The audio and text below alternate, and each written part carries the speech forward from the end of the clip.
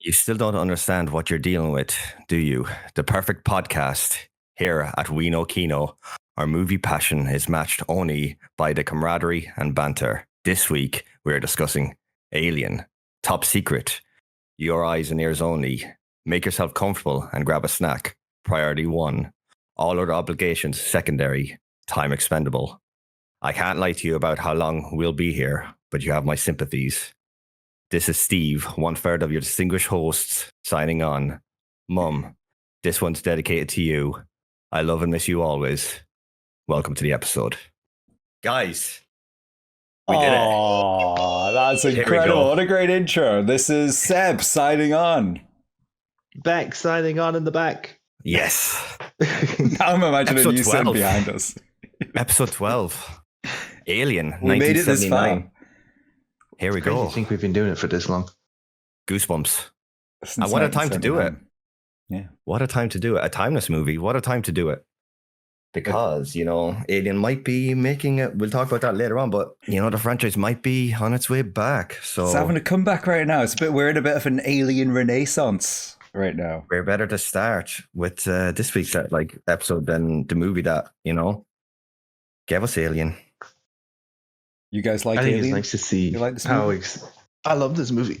I love this fucking adore movie. This movie. It's crazy that I'm not super. I guess a lot of people would agree that over the years the movie has become, or the franchise has become somewhat kind of diluted with the law of diminishing returns. Prometheus, Covenant, not received all that well.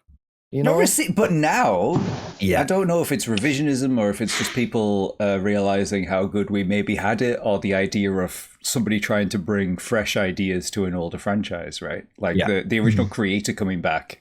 I'd always prefer that than somebody new trying to do a copy of what that guy did, because that's what we see with Star Wars. That's what we have seen with Alien. Yeah. I got a lot of appreciation for Prometheus. Not so much Covenant, although some of the ideas were good. But Prometheus I got a lot more appreciation for now than I did at the time. Yeah. Should we talk about our histories before we go any further, though, with these movies?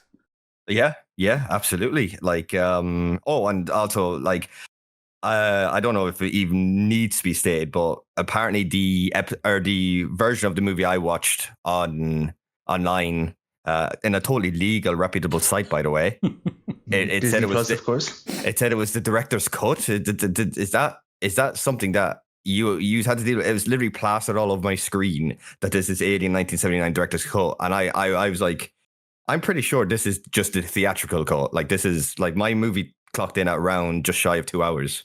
Ridley that's Scott true. was known for having lots of different cuts. I mean, Blade Right. Runner has 20, doesn't it? Yeah, So- yeah. Yeah, I don't know. I don't know what I watched. Well, I got everything I needed. I yeah, know I watched thought- Alien. Yeah, and I know it was good. I know I enjoyed it. It's pretty Yeah. great. It's a pretty great movie. We're going to talk spoilers, by the way. So Yeah. if you haven't seen the original Alien, you've had since 79 to watch it. Yeah. It's fantastic. I highly recommend it. I recommend going and watching it. If you are at all a fan of current sci-fi, a lot of it stems back to this, really. Yeah. Yeah. This was again Star Wars back when Star Wars first came out. These movies are just can you imagine? I always put when I enjoy these sort of movies, and I remember we're going to talk about the history of how we first discovered the movie or when we first watched it. But can you imagine being in this time period, back in the late 70s, and seeing this in movies and having? I know I say this a lot, but this would have been so out there, so outlandish, so new. Apparently, to people who saw this on the first screenings were throwing up and running to the foyer and screaming. The chaos that would have just unfolded. Apparently, in those the theaters. ushers were freaking out as well, having to see it. It was just nothing. Nobody had seen shit like this before. I'm sorry, I'm losing my voice a bit. You'll have to bear with my croaky voice. I do apologize. Apparently it was nuts watching this movie for the first time, and it's still pretty crazy. If you watch it now, it's not like it's a crazy film, but the imagery in it is just so effective and it's so timeless. Yeah. They did a brilliant job making this film. I first my first introduction to Alien, by the way. I mean, it was always kind of around. I played Halo, and it was like, you know, lots of inspiration in Halo. I don't know if you guys have this, but there's a place called Laser Quest where you go and shoot lasers at each other, and you've got like a vest on, and you're kind of like the colonial marines, and they had like these big, giant biomechanical sculptures that were in like this dark room that you would shoot lasers at. So that was really cool. And then I got to a certain age. I think I must have been like, I don't know when it came out. I think I would probably be like 10 or 11. And I watched Alien versus Predator. And I was like, this is the best movie ever made. This is incredible. And you know what? I've not really gone back to it. So in my head, it's still fantastic. Yeah. But I had so much fun with it. And just seeing the designs of the alien and in that film, I thought it was really cool. And then when I was at uni, one of my tutors was just obsessed with Blade Runner, right? To the point where she kind of based her entire... By the way, I did fine art. She based her entire creative practice on Blade Runner. And she was obsessed with Ridley Scott and Harrison Ford. And I was really into like gothic imagery back then, and I was like, oh well, Giga worked on this Ridley Scott movie. I should go back and watch Alien and see where it came from. And I watched it at uni, and I thought it was great. And then I watched the sequel, and I thought that was also pretty good. Aliens, but I think I prefer the first one. Myself personally, it's a lot less. I don't know. The sequel's good. Most people think it's. I mean, a lot of people I know think it's fantastic, right? But first one for me. Okay, that's my history. What about you guys? I really don't. I really hope that, you know, history does not repeat itself with me. I'm one of those with Aliens. I think it's fantastic, but I also thought Land of the Dead was fantastic. So it's kind of like, I hope it's not a case of like I get it wrong again. My nostalgia goggles are on. But yeah, if you haven't already seen, we did an episode on Land of the Dead. Go check it out. But Aliens was always kind of like the one I enjoyed more. But seeing this one again, I have a feeling that just where it all began. Same with Night in the George A. Romero like original trilogy. Yeah. I think this one to me is just, I can sit there for 2 hours. The pacing is top notch. Everything like my history with it is like, I guess, like I didn't growing up, you know, in the 90s and stuff like that. Like at that age. A lot of, you know, friends, sleepovers, stuff like that. And while my mum was always very kind of like, she wasn't very restrictive as a parent, she's very like nurturing and very loving and caring. And it's like, whatever you do, just like be careful, or like, she wasn't very much for censorship sort of thing, because like, just don't go out. And like, I used to watch a lot of wrestling, and we used to wrestle in the yard, and we'd like give each other power bombs like onto like the concrete and stuff. But like it was a case of like, she didn't stop me from watching like you know, gory movies or anything like that. But at the same time, with our limited like cable that we had back then, it's like Irish broadcasting was terrible. To see these sort of movies, I would look forward to watching them and like during sleepovers. So that was my experience. Well, like I think I was like 7 or 8 at the time, and I remember thinking, I want to watch this movie. I'm going to enjoy this movie. And my friends were like, well, it's kind of scary. I was like, no, nothing's going to scare me. I sat awake for the rest, like that night, staring up at the, like, because my friend had no curtains on their like bedroom window. So like, it was just a pale moon shining in the window. And I was like, I'm not going to sleep. But I loved the movie. And like, I remember the bits I did watch, I thought it was great. But yeah, I was like a young lad, and I thought, you know, I can do this. I'm a badass. Like Alien. What is with that? I remember being at sleepovers and just curtains wide open or no curtains, and I'm seeing the silhouettes from the trees outside and the moonlight. Just like the reflection, the shadows just creeping around the room, and like the branches beating off the window or like the wall. I was like, does nobody anybody I'm friends with, do they not believe in curtains? Do they just like the natural moonlight? I don't know. But that probably exacerbated like that night of watching a movie. But I think that night we did we did Alien. I think we did maybe one of the Friday the 13th, and there was we watched a Nightmare at Elm Street TV show, and we were just binging TV? on junk food. Yeah, there was a TV show. Yeah. What? Yeah, that'd be interesting. Yeah. There was a TV show. And they're not actually terrible. And they got Robert Englund in for it. You know, it was dope. What? Yeah, that was actually my introduction to the franchise before the movies was the TV shows. Oh, mine was the remake. Was it called? What was it? Was it called like Freddy's Nightmares or something? Wasn't it a TV show? Yeah. And it was so it was so surreal, Seb, because between segments or between episodes, they would just cut back, and it would just be at times Freddy would just be in front of a live studio audience, just talking about his experiences tormenting those teenagers. If I'm not remembering incorrectly, what is going on? Dude, it was so surreal. If you were watching that and you were stoned off your head, you would freak out. But I feel stoned just hearing about this right now. Yeah, because you're how does something like this exist? But I assure you, it does. But that was my experience. Late 90s sleepover in a friend's house with no curtains on the window.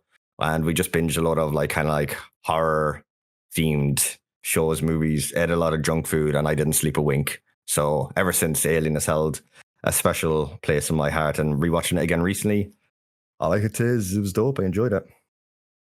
Beckham. Firstly, there's some weird fucking truck pulled up outside my house. So I don't know if the sound of that is coming true. A little bit. It sounds like you're in a spaceship docking bay right now. Yeah, I can hear. It's really annoying. I can hear the buzzing of it behind me. So I'll do my history and I'll let you guys take over quick while this thing pulls out. I don't know what the fuck it's doing. But I don't really have a history with Alien. I don't really have a moment in time where I go, this is when I first seen Alien. It's Alien to me is a movie I was probably born fucking seeing it. You know, that kind of way. Right, yeah. Everybody knows the Alien franchise. Everybody knows what it is. I can't pinpoint this is the day I've seen it. In my memory, I've always known this movie, and I fucking love this movie. Yeah. And to bring him up again, my brother's huge into both Alien and Predator, so we've binged these movies. I think we're still in the middle of binging the whole franchise. I think we're getting to Alien 3 next. So we're in the middle of getting through it already, so I don't really have a full history for it. So that's all I've got. You just love it. It's just something that has always been around, hasn't it? Yeah. I wonder if it's the same for people growing up, people 10 years younger than us, you know?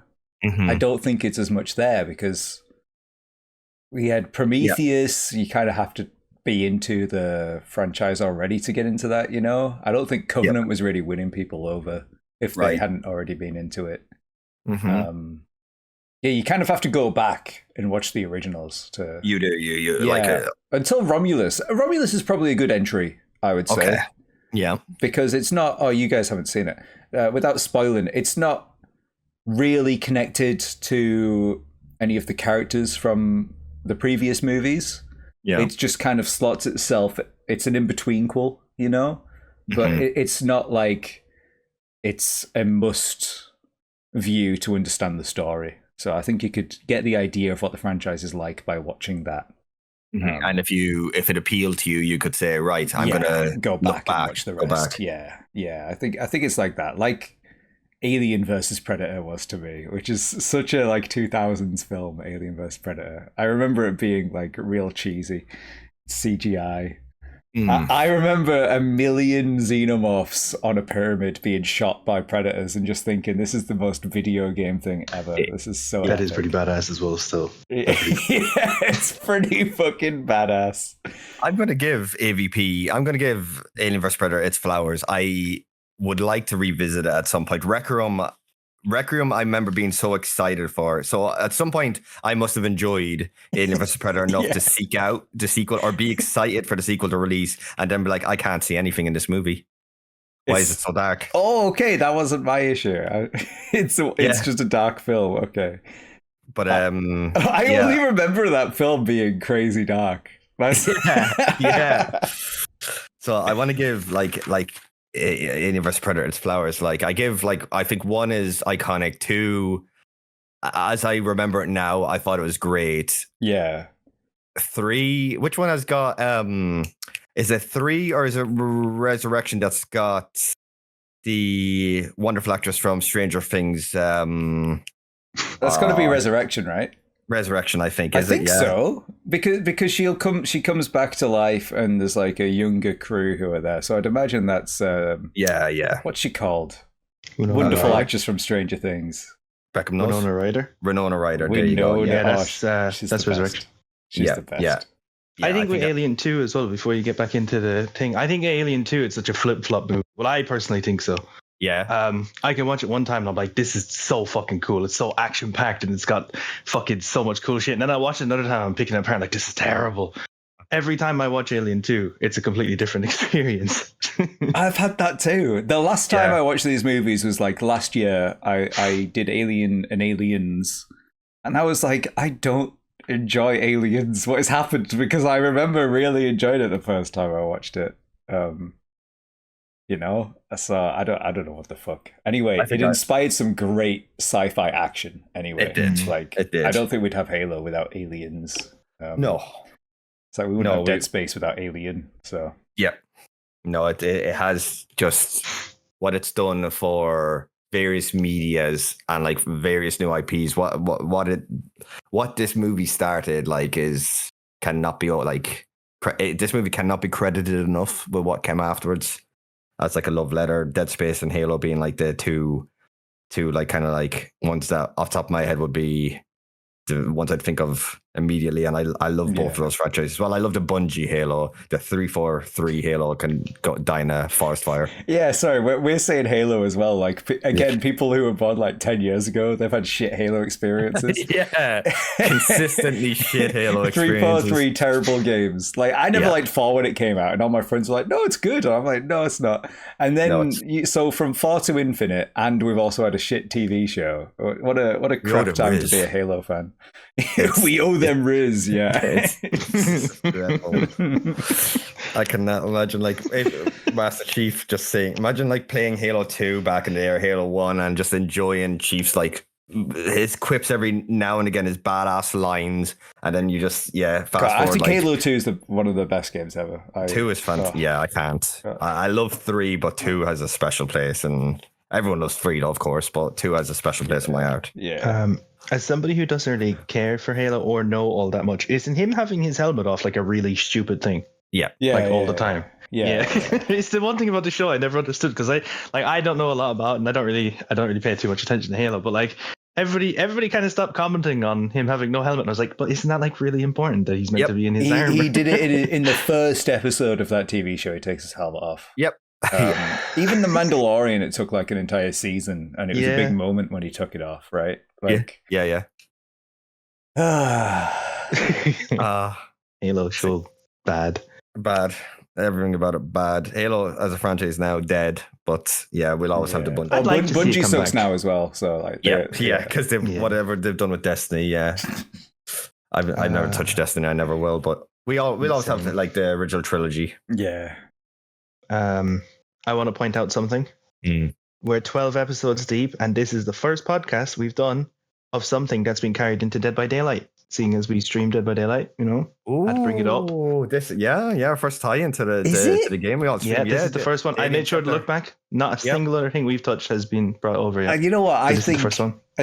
So you guys know, I'm a big fan of Dead by Daylight. At this current moment, I've got 8,500 hours in it. I think they've brought through some amazing characters from horror franchises. Chucky's so well realized, in fact, I think he's the best well realized. I love Bubba from Texas Chainsaw Massacre, Michael Myers, Ghostface. I think the Xenomorph in DVD sucks, and it's such a shame at how nobody plays it. It should be the scariest thing in the game. I was holding my breath. Missed their power heavily. Yeah. I remember everybody speculating, like, "Oh, what's he going to do? Is he going to be able to run up the walls? Is he going to have all these kind of like creepy power?" And then it ended up that it just can run through tunnels and shoot a tail. That is very the tunnels are boring, and the tail is like I don't know. It's like Nemesis's whip, which is also pretty weak, to be fair, for Nemesis. Yeah. No good. With such incredible design. The the skins are great, but the skins are great. Like Ellen. I know we didn't get Sigourney Weaver's look in the game, but like her outfit is detailed. It's almost one for one. The mapped in Nostromo wreckage, seeing the ship again in this movie, and like just the details on the corridors, the what do you call that, kind of like the break room in the center. True, they did a good job off the map, actually. Yeah. Watching the film, I was like, oh, this is where I'd loop a killer. There'd be a pallet right there. Yeah. One of the rooms that's always annoyed me in the game version is that, you know, the pod opening area where they all sleep, that's upside down in Dead by Daylight. But the rest of the Nostromo isn't upside down, so somehow that room just got turned around. Yeah, and I don't know if that's a mistake on behavior or not, or if that's like they just decided to do that. I don't know. I would say, on behavior, it was probably a design choice because they didn't want all that clutter down where we could actually run to. Yeah, that makes sense. But it is weird that one room is upside down, and it's not like the ship is twisted at all or anything. I guess you could hand wave it away like, oh, the entity works in mysterious ways or whatever. Ooh. Yeah, that's true. Yeah. The skybox for that world is fantastic as well for that map. It's really awesome. Good. I've not played Isolation, so that's why I'm not talking about that. I can always talk about DBA. Fucking awesome. I've been waiting for the moment to play it, and I always feel like I've just missed the moment, and now I've got to wait for the next alien thing to get in. You know what I mean? The next alien thing is here. I know, and I've still not played it. What am I doing? It is fucking awesome. It is so cool. It's one of the, like, I don't get scared by movies or games or anything. It's one of the tensest gaming experiences I've ever had. Because you're constantly paranoid about the fucking xenomorph. And the AI they've made on that xenomorph, more games need to figure out how they did it, because those things are fucking assholes for knowing where the fuck you are. They're so smart. They're so smart. And the longer you go into the game, the more difficult they get. And it doesn't matter what difficulty you're playing. No. The xenomorphs know what you are doing at all fucking times. And it's so cool. It adapts to your play style and kind of like how you kind of try and sneak if you're using distractions or you're sneaking around. Because I've been watching, like, I've been just on a whole, while I've been dead to the world, I've just been on a whole kind of like alien binge. So like, shout out Anita, she's been playing Isolation. I've been watching her like at night. And I'm just like, I'm just watching this Xeno, like literally she camp her in various like small rooms, and like, this thing's an asshole. This AI knows exactly where she is, but it's not coming like directly for her, so it's just causing the tension to rise. Yeah, this thing's an asshole. But great game. I've played it 3 times, and on the 3rd time, I realized that when I'm talking with my mic on, the game can hear you. It can hear. So my entire 3rd playthrough was on stream, and I never put myself into a private part. So my last playthrough was awful, because every time I'd go in a hallway, I was like, how are they fucking finding me? And then I was Googling stuff about the AI, because we were talking about it, and they said it, if you're talking on your mic and it's in the game, they can fucking hear you. Okay, that's fantastic. Like, oh my God. As long as you're not streaming. Because you got to talk to a chat. That's no good. You're doing a let's play, and you're like, "Hey guys, new episode here in the Xeno." You're doing your intro for the let's play, and immediately the Xeno kills you. That was literally. I'd go into lockers to like talk to chat, and then all of a sudden the Xenomorph just opens up the lockers. Like, there's no way. There's literally no way that they would know I'm in there. It's so good. I'd recommend Isolation. Seb, you should definitely get on it. Can you whisper it? Fucking good. You can whisper sweet nothings to it, yeah, because maybe I could do an ASMR stream. I'll go like, hey guys, I'm in a locker right now, try not to be killed. The alien is tunneling me. Guys, that truck is left, so I'm back in my room now. But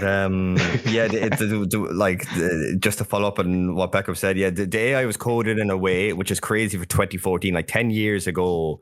AI has never been done as well since, but it's like the AI is like almost like two brains, putting it in layman's terms. One always knows where you are, and the other one is like trying to throw it off, coming for you straight away. It's done in such a unique way, and that game deserves a sequel. As much as I was like watching it the other night, and I was like, God, this game sucks. This Xeno's is an asshole. Like, he's just pinning you down the whole time, but I think about it now, and I'm able to appreciate a few days later. I'm like, yeah, this game deserved a sequel. It's a shame it never did. It never got one, because the sales apparently weren't up to, corporate standards. Didn't meet. Which I think is so weird because most people that I know that play horror games, when you go, have you played Alien Isolation? They're the same as me. They're like, yes, of I've course. not played it. I've got 2 Isolation. copies of the game. Oh, So I've given the money to it, right? I've owned it since 2014 or whatever. I've owned it. I've given the money. I've given the money there. They've got my money. Twice. You've given it twice, yeah. Like me and Becca with Mad Max. We I don't even own a Blu-ray player, and I've given them money for to try and get George Miller to. I have the Mad Max on like Blu-ray or DVD as well. I've never seen the first 3, but I've got the trilogy. I need to watch them. We should definitely watch them. We've done our part. We're doing our part. I also want to shout out another Alien-related game that me and Callum used to play, I think, on the PS3. It was an Alien versus Predators game where you got to play as the aliens, the Predators, and the Marines, the humans. Yeah. I don't think it would hold up now, but I think Callum will stand by it that he loves that game, and I have fond memories of just tearing people's fucking skulls and spines out. It was such a fun little game. Oh, look how modern media is desensitized us. We're just talking about like tearing. The fucking Predator Hunting Grounds game that came out recently, a couple of years back now, was fucking awful. But that game playing as the Predator felt like the coolest thing ever. Yeah, like you were able to jump around, you were able to be fucking camo, you were tearing people's fucking spines out. The Hunting Grounds game was awful. You always correct me on that. Was that Ilphonic or was that Gun Media? That one was Ilphonic. It wasn't Gun. It wasn't Gun. Fuck Ilphonic. Yeah, fuck Gun. Ilphonic just kind of, I don't like shitting on things like this, but Ilphonic just kind of throws shit at the wall and hope it sticks. Yeah. It's Gun that did Texas Chainsaw and Killer Clowns? On Friday. They did Friday. The two, Ilphonic and Gun, were on Friday. Okay. Oh, wait, they both did Friday?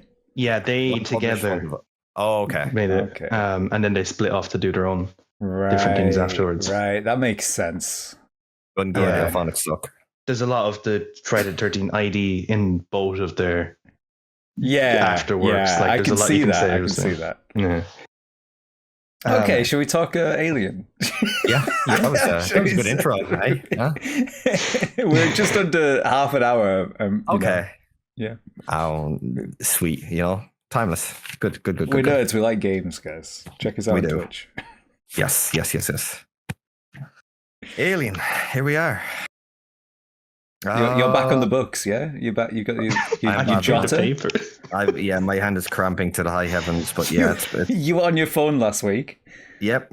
I tried it. It wasn't for me. And now I'm back destroying my hand for writing for 2.5 hours. And get this, guys, I couldn't find a blue pen anywhere in my home, or even a black pen. I would have settled for a red pen. I wrote all these notes in green.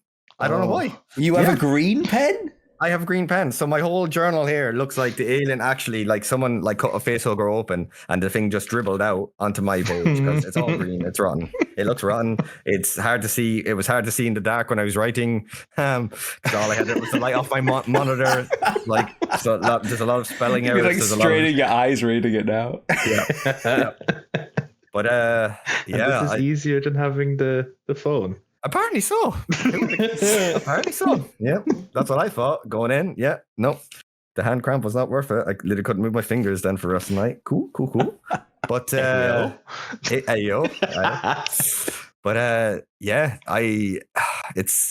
we've been doing this a lot lately, or maybe it's just me, but I'm now trusting myself to remember the beats of the movie better than I was at the start. At the start, I really heavily relied on notes. We were really worried that we weren't gonna get to everything, right? Or we were gonna miss stuff out. But it's okay to miss things out. We're just 3 guys having a cool conversation, about movies we enjoy or don't enjoy. Land of the Dead.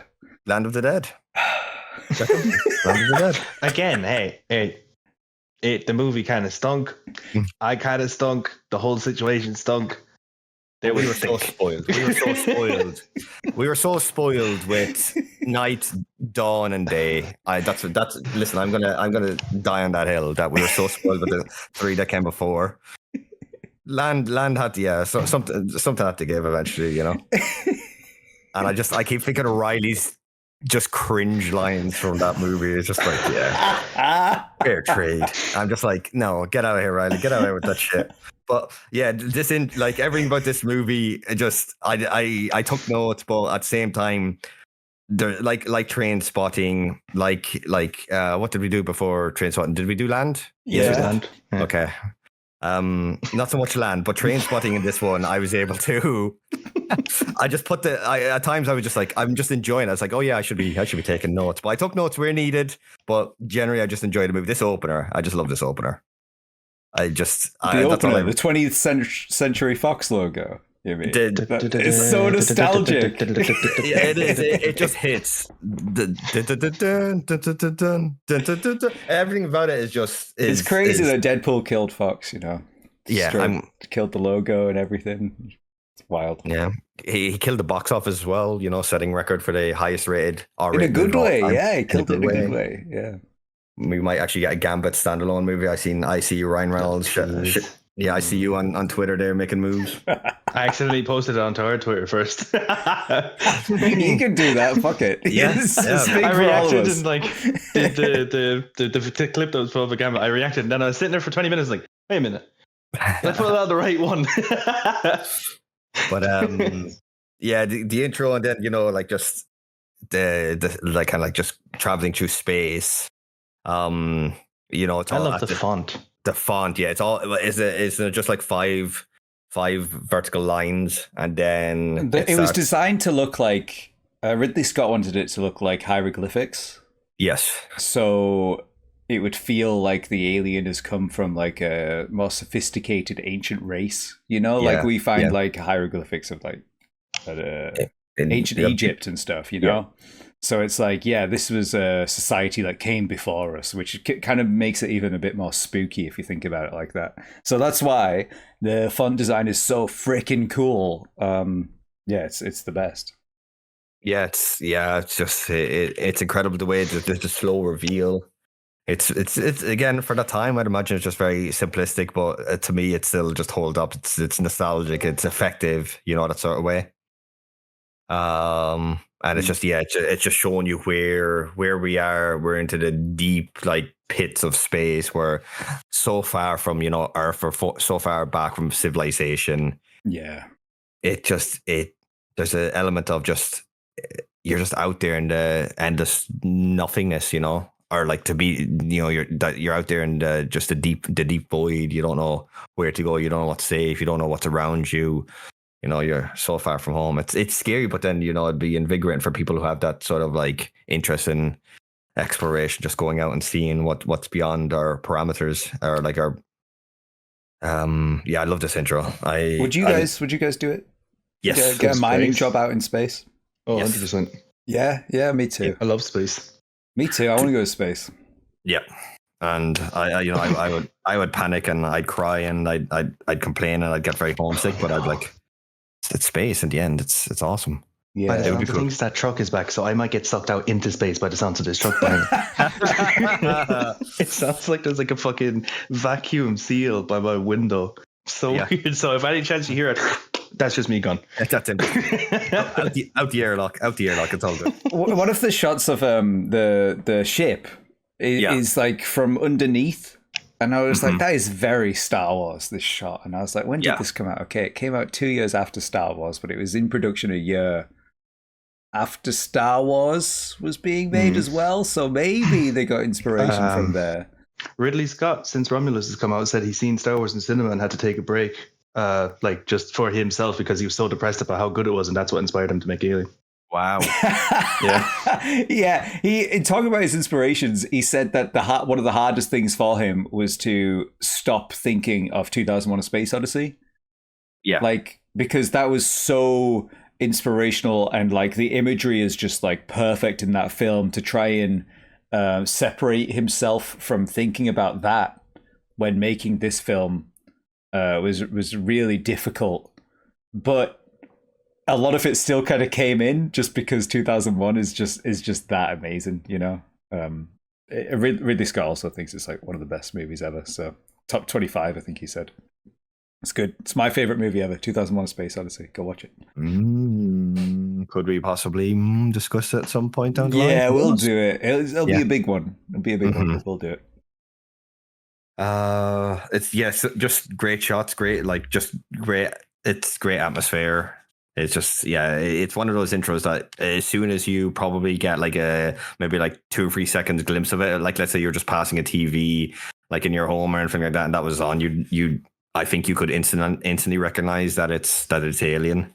If you like, but then like Becca said, the shot is almost exactly like Star Wars in that sense. So you could be confused for either, but you have you're 50% chance of getting it right.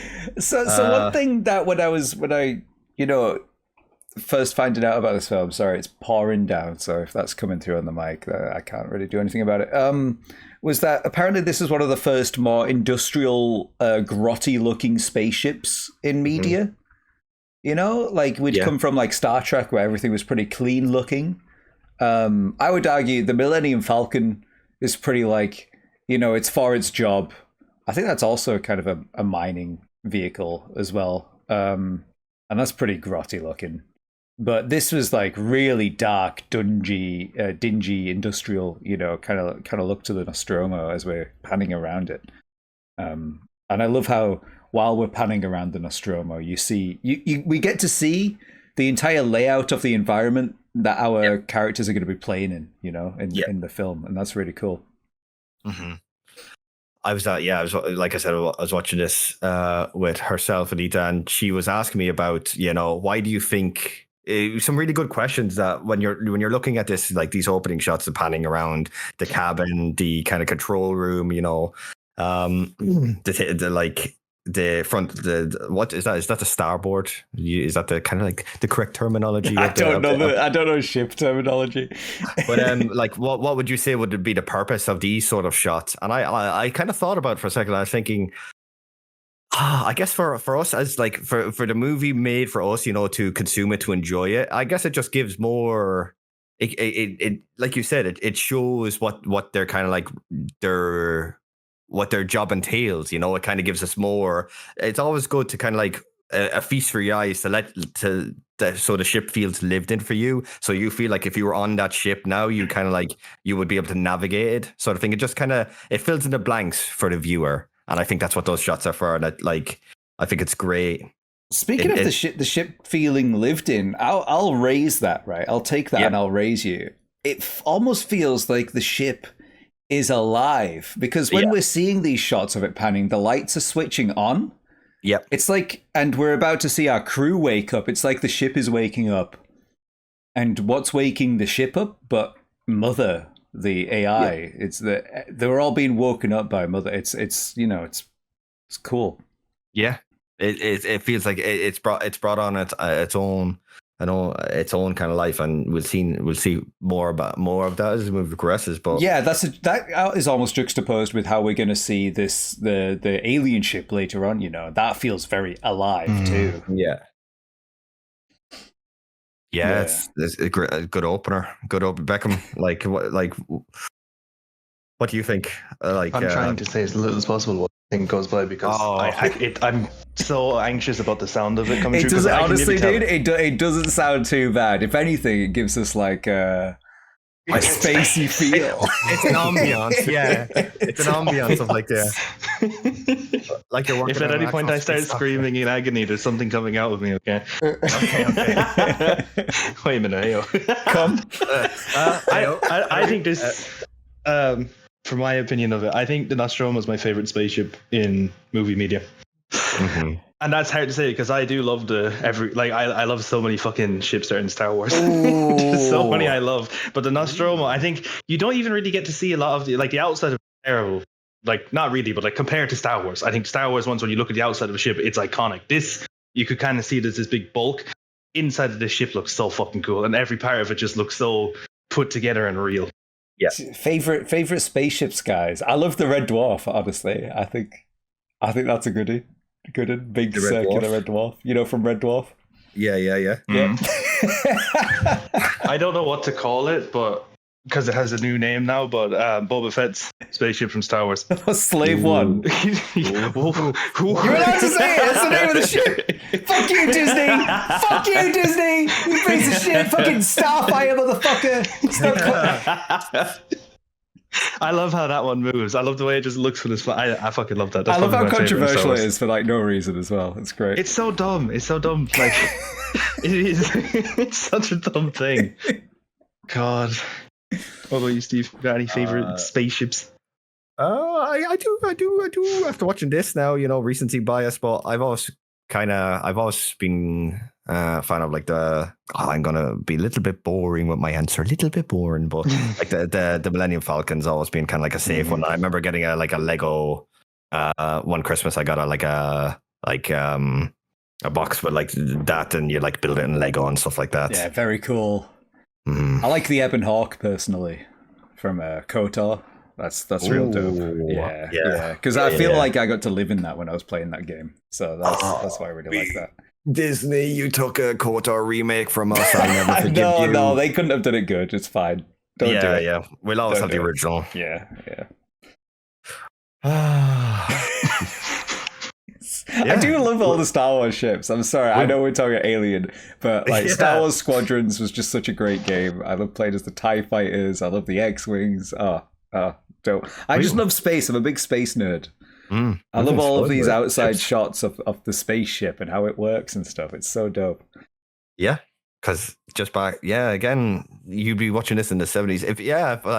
I might actually save this. Yeah, I'll save this question for the yapping bud, but I got an interesting question for you guys coming up at the end. I have to write it down so I don't forget it. Yeah.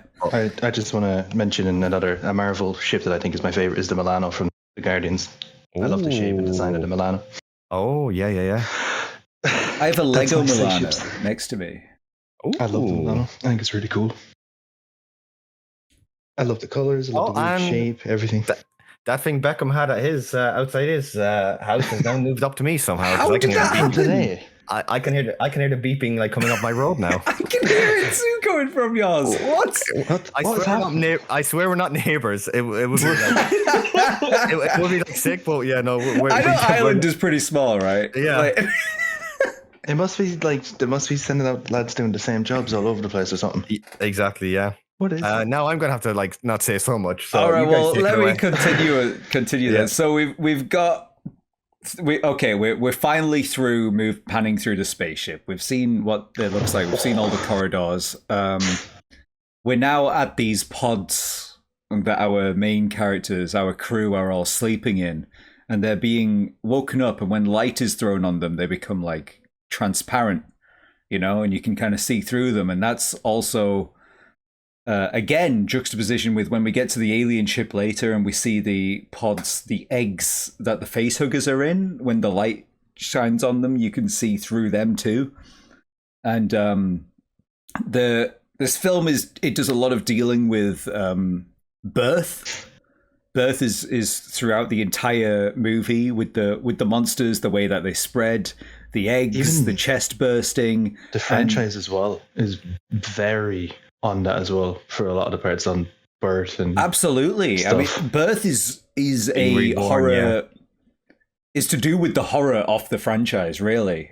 And this is our first birth. This is it's to me, the pods look like a flower and these are the seeds.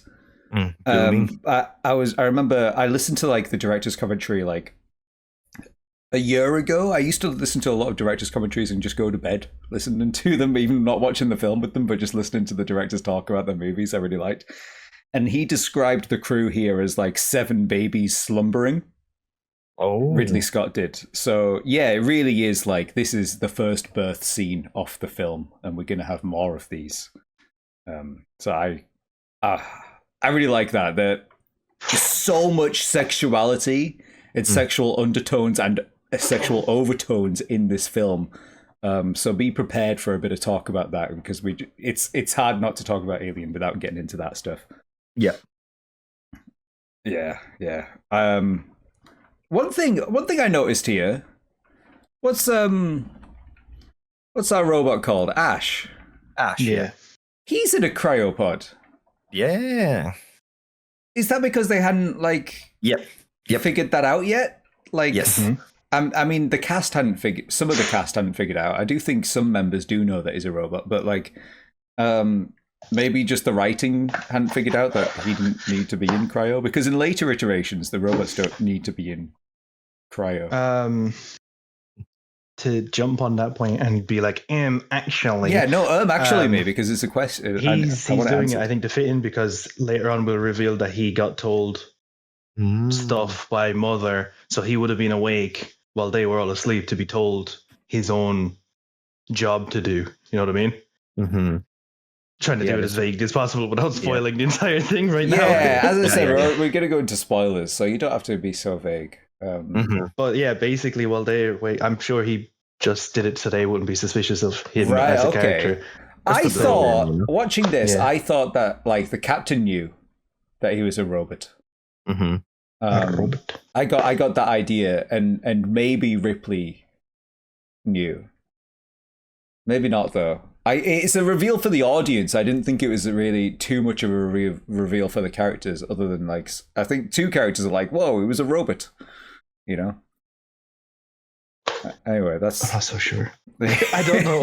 I don't know. I think when we get the reveal, what you said makes sense though. That he's undercover, right? Because he's got his own overreaction. Yeah. But I don't know. I think they didn't know either. Mm-hmm. That's fair. Anyway, so they go have breakfast.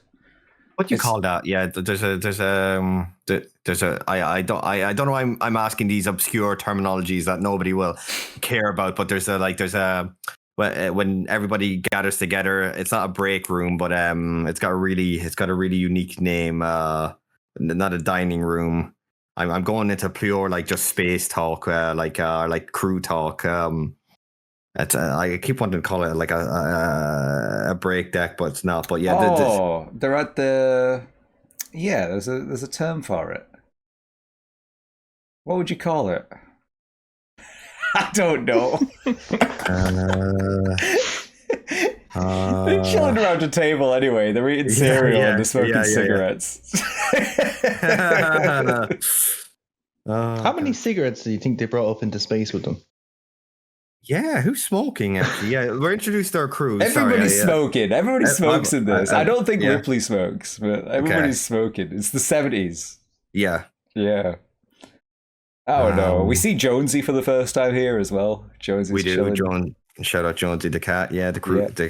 The crew. We have a small enough cast in the movie. We do. I've got all their I've got all the characters. I've got the actors who portrayed them.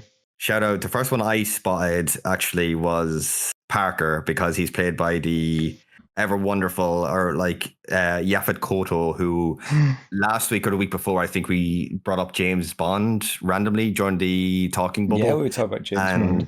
Yeah, he was actually one of the more iconic villains in Live and Let Die. He played Dr. Kananga or Mr. Big, and I believe this was 1974. I want to say Live and Let Die was. It was made famous by the Paul McCartney and Wings song "Live and Let Die" itself, but it was dope, and it was cool seeing him again because he was in one of the Nightmare movies. He was cool. He was the first one I recognized. Yeah, for Kodo. All comes back. Nightmare on Elm Street today.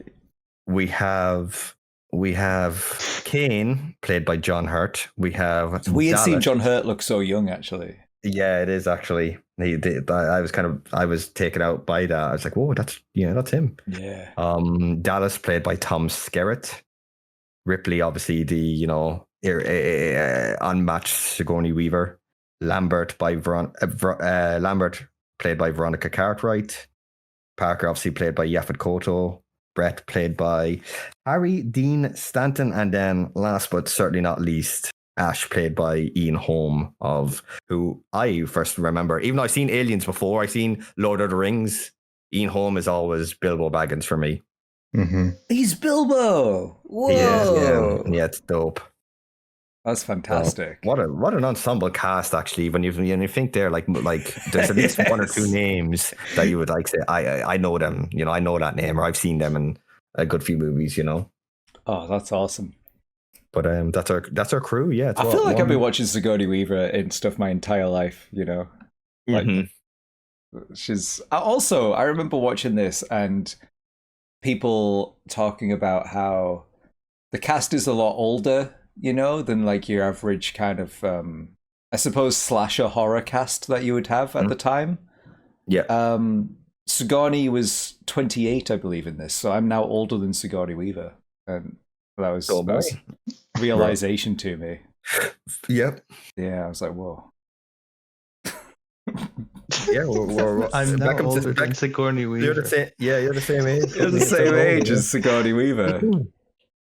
not Sigourney, but Ellen in the movie. That's what I was about to say. Has she just stopped aging since yeah, she came out? She just stopped.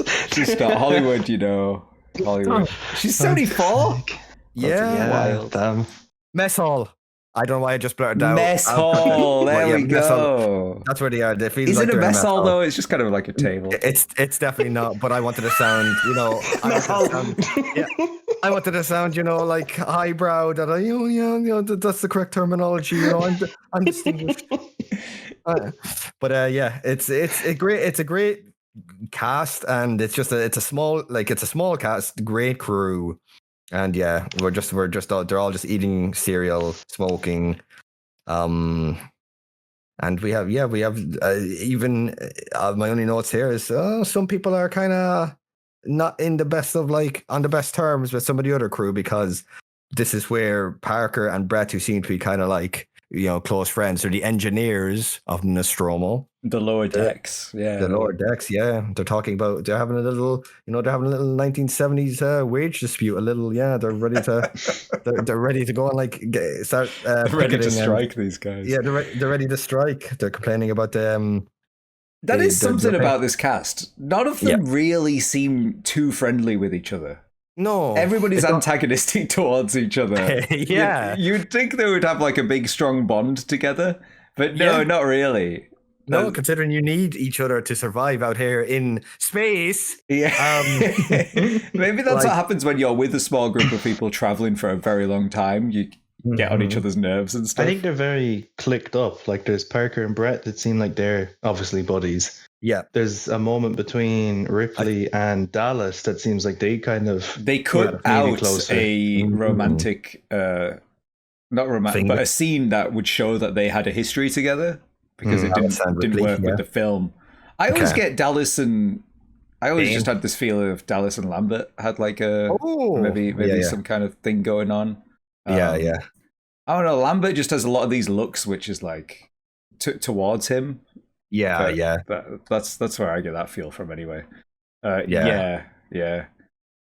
I always no, sorry, when you said I cut you off, you were like, I always got a feeling between Dallas, and before you finished I said Kane. I didn't mean them romantically. I meant at times I would get them confused at which one's kind of in charge. Kane is the scientific. No, is he the what is Kane? The scientific officer is Ash, right? The scientific officer Ash. Dallas is your kind of he's your captain. He is your captain. He's your captain, and then Kane is his kind of second in command, his right hand man. Yeah, Kane is cool. They're all. I really like all these characters. There's no one really that I think is. Lambert probably gets the least amount of kind of development. Apparently, Kane comes back as John Hurt comes back as Kane in the movie Spaceballs.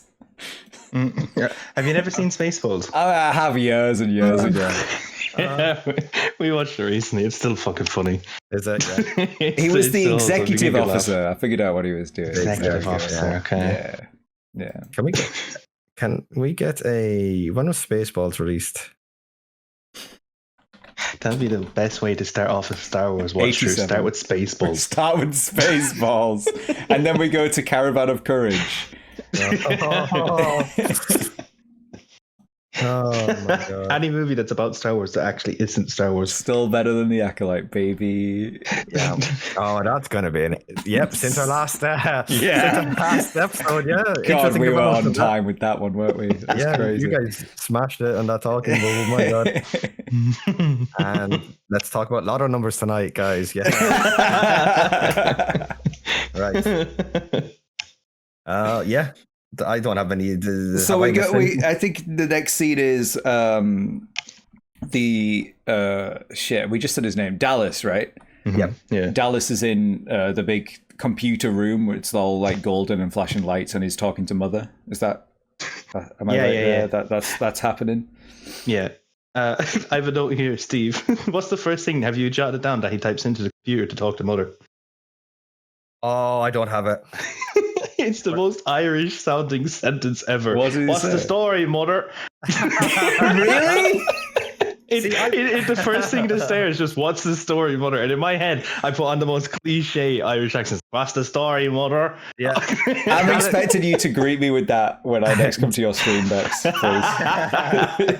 How do, Mother? How do? We say that up here. North of England, how do? I say it to Beckham the whole time. Dowreet, if you're a bit further down south, but still northern. Dowreet. Yeah. Dowreet.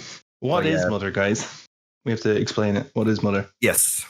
Mother is the AI of the ship, yeah? The AI construct, that operates the ship. Yeah. Just for anybody who hasn't seen the movie. Again, Ridley Scott was like, well, 2001: A Space Odyssey came up with like the best name ever for their AI with HAL. How am I going to beat that? I guess Mother is in my head when I'm thinking of like the thing that's in charge of looking after us is Mother, so that's why he called it Mother. Okay. In one of the commentaries, I don't think this is a director's commentary, maybe it's like one of the producers' commentaries, they talk about how this room felt really out of place. Like it's way too clean and doesn't fit the whole aesthetic of the rest of the ship. Mm-hmm.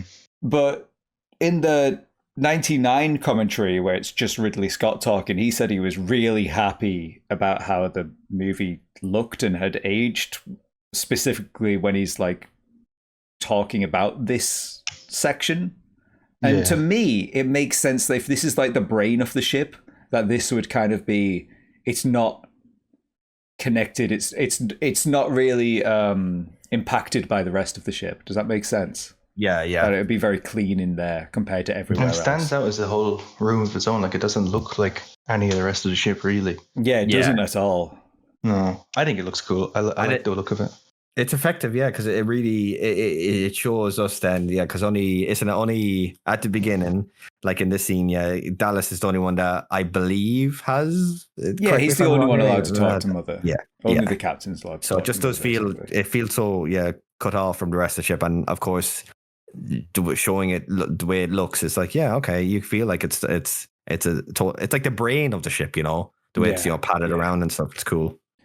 Speaking, oh my goodness, I've been playing Rainworld as I've told you guys. That's biomechanical world where you go inside the brain of like AI giant computers and stuff like that.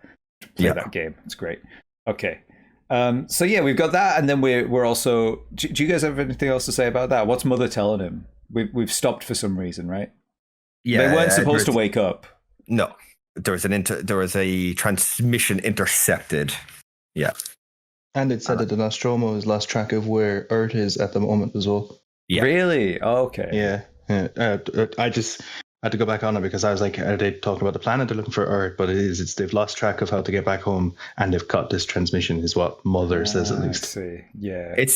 I find it so weird that I missed the note on like the most Irish, like I guess because I'm so desensitized to my own culture, right? I missed the line of what's the story, Mother? What's the story, Mother? But then while I was just watching the rest of the kind of, I guess, the dialogue back and forth between Dallas and Mother, all that the brain rot started to creep back in, guys, and all I just kept hearing in my head over and over again, knowing what happens in this movie, but not indirectly, was like, it wasn't programmed to harm the crew. And I'm just like, I want to eat my own body.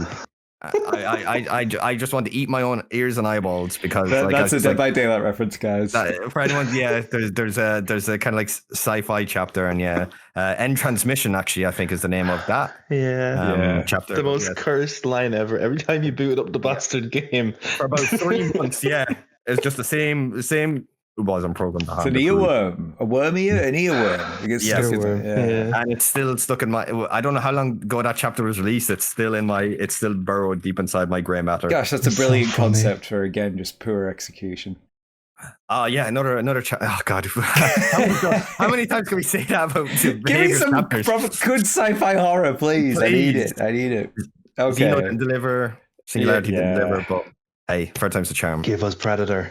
We've got a bunch of outside shots of the Nostromo. Yeah, give us Predator of the Nostromo here, and they really show how cool the model is again. Mhm. I just love the model of these ships. I want to own some ship models, please.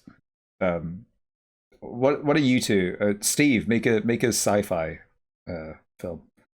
Yeah. I need some producers, need some writers. I basically need a whole cast and crew. So guys, you're hired. Nice. As long as I get to wear a spacesuit, I'm in. Ooh, Absolutely. And you have to nice. sing to me that I am your lucky star. Yeah.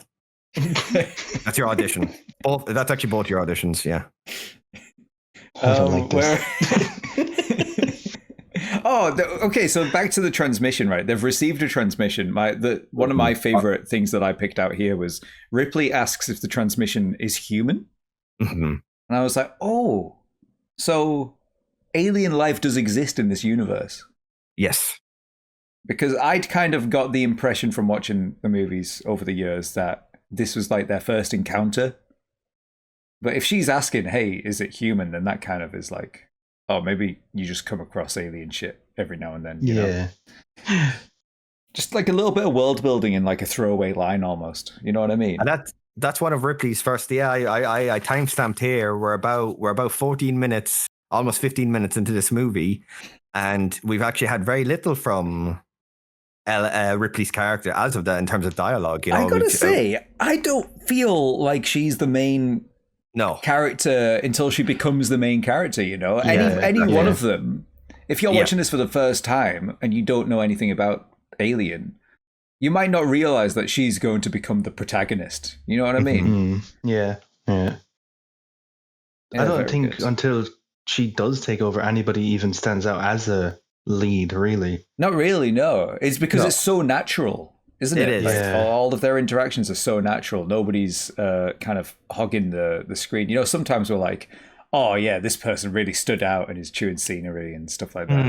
It's they just kind of blend in together because they're just workers. They're just workers, and they have a good.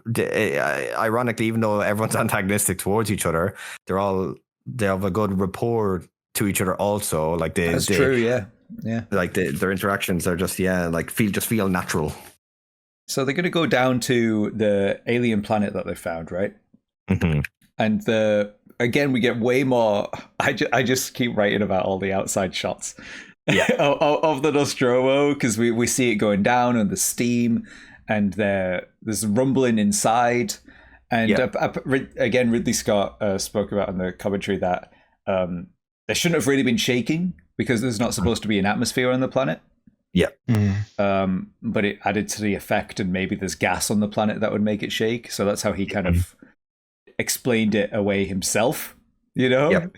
And the way they did the shaking, originally you put a bunch of paint mixers underneath their chairs, but it was like too fast. So in the end, they just made the actors shake and try and say their lines. Okay. I think they did a good job. It looks legit. They'd also shake the camera a bit, you know, and apparently this was some of the first use of shaky cam. He was like, this is before rock music videos where you'd use the shaky cam. That's what he's talking about. I love listening. If you haven't listened to the commentary, you should listen to the commentary because Ridley Scott's just such the most peaceful, calm voice describing all of this stuff. It's really nice to listen to. And the ship itself, the Nostromo model, was only about 4 feet long as well. So it's a tiny model, really, if you think about it. So it's just the magic of cinema is what we're seeing there. Here, miniatures, so cool. I always think of Star Wars when I think of just again, another Star Wars reference. We should have a Star Wars reference counter at this point. Like Simpsons. It's the miniature work in this, like even just around the open, any outside shots of the Nostromo, just like the scene in particular entering through. I guess I that's what I put it down to, that it was just a ship breaking through that planet's stratosphere, I guess would cause the little bit shake. But if Ridley's like, well, yeah, we kind of made a mistake there. It's kind of like a little bit of a little continuity error, but I still think it's effective. I still think it's dope. Am I remembering this correctly? But like when The Simpsons did Alien, it was like Maggie bursting through somebody's chest. Pretty sure that is a thing. Yeah, that sounds right to me. Okay. All right. Yeah, sorry. I just needed to get the actual Simpsons reference in there. Have either you got the planet's name? No. It's LV426, or it's given the name Acheron. I should have remembered LV426. You know what? I'm on that subreddit LV426, and I didn't know why it was called LV426. There you go. There you go. That's the name. There's a funny story actually about that subreddit. If I can get into this just real quick, Fede Alvarez is part of it. The director of Alien Romulus. Yeah. And somebody was like, "Hey, I think this happened." I don't want to spoil it, right? It's like, "Hey, I think this is my theory for what these two characters are to each other in the movie." And this guy replies, "Yep, you're absolutely correct." And somebody's like, "How the fuck do you know?" And he goes, "Well, I made the movie." And then they banned him for impersonating Fede Alvarez.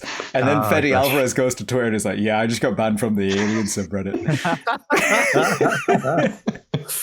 I've seen that. That's so fucking funny. Yeah. He's just like us, for real, isn't it? Just like that.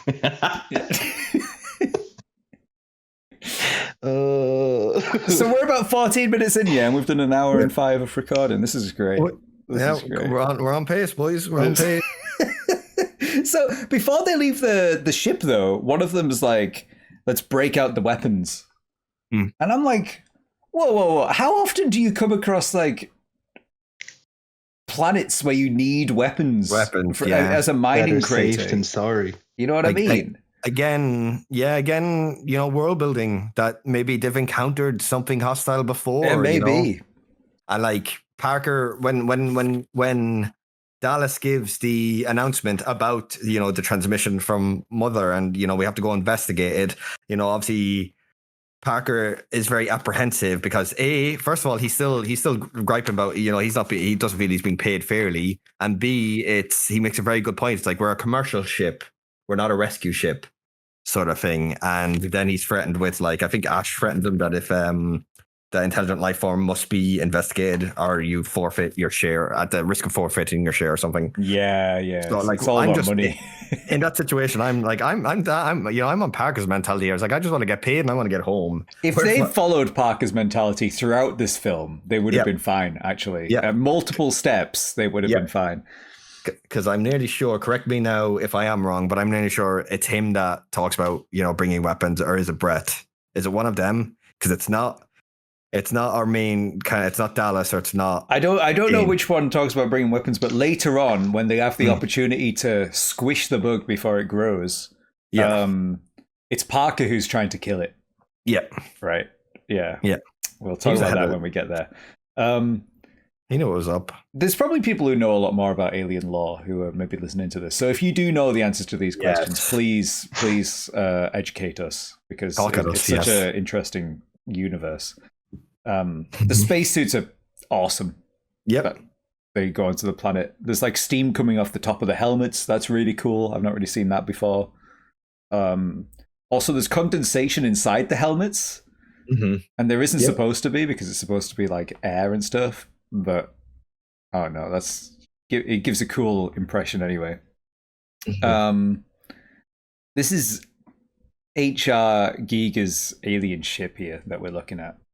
And, oh my goodness, it's so ominous. And they don't even know what it is. They're like, is that a ship? But at first, you don't know what it is, and it almost sticks into the geography of the planet that we're on too.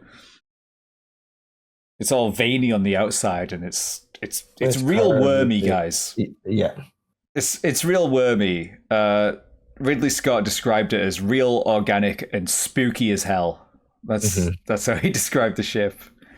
And just the shape of it, when you just, like, whether, we talk about, it's like a big boomerang. It is. It's just, and that shape, whether you're an Alien fan or not, or a fan of the franchise, it's like, there's a good chance you've seen this somewhere in, like in sort of like advertising media. Like it's, I'm pretty sure, it's because it's a little tiny spoiler for like 30, I'm jumping ahead 30 seconds, guys, but it's an engineer's ship from obviously Prometheus. And it was nice. Yeah. It's not the same engineer though, is it? Oh gosh. It's not the same engineer. You know what? As you said, jumping ahead. Fuck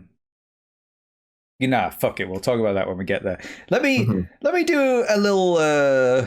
Can I just do a little history here? So I had to studied a bit of Giger when I was doing my course, my bachelor's, And you two know, I don't know if the listening audience knows, I'm a huge Dune fan. Okay.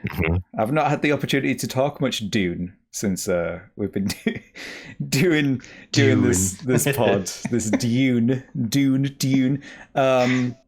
Okay, so Giga is working on Jodorowsky's Dune, right? This was a project. In fact, no. Let me look at my notes before I try to say this off the top of my head. Let's see. Do I have it here? Okay, Giga, Swiss artist, studied architecture and industrial design. He was known for his gothic biomechanical imagery, right? He's the master of the airbrush, which is why his work all looks really photorealistic. One time he got stopped at an airport because they saw his images of like bones and skeletons and thought it was photos. They thought they'd found like a serial killer or something. Let's skip some time later. Salvador Dali is set to play the Emperor in Jodorowsky's adaptation of Dune. This adaptation is like the wildest story about a film that was never made. There's an incredible documentary called Jodorowsky's Dune. You guys check it out if you're interested.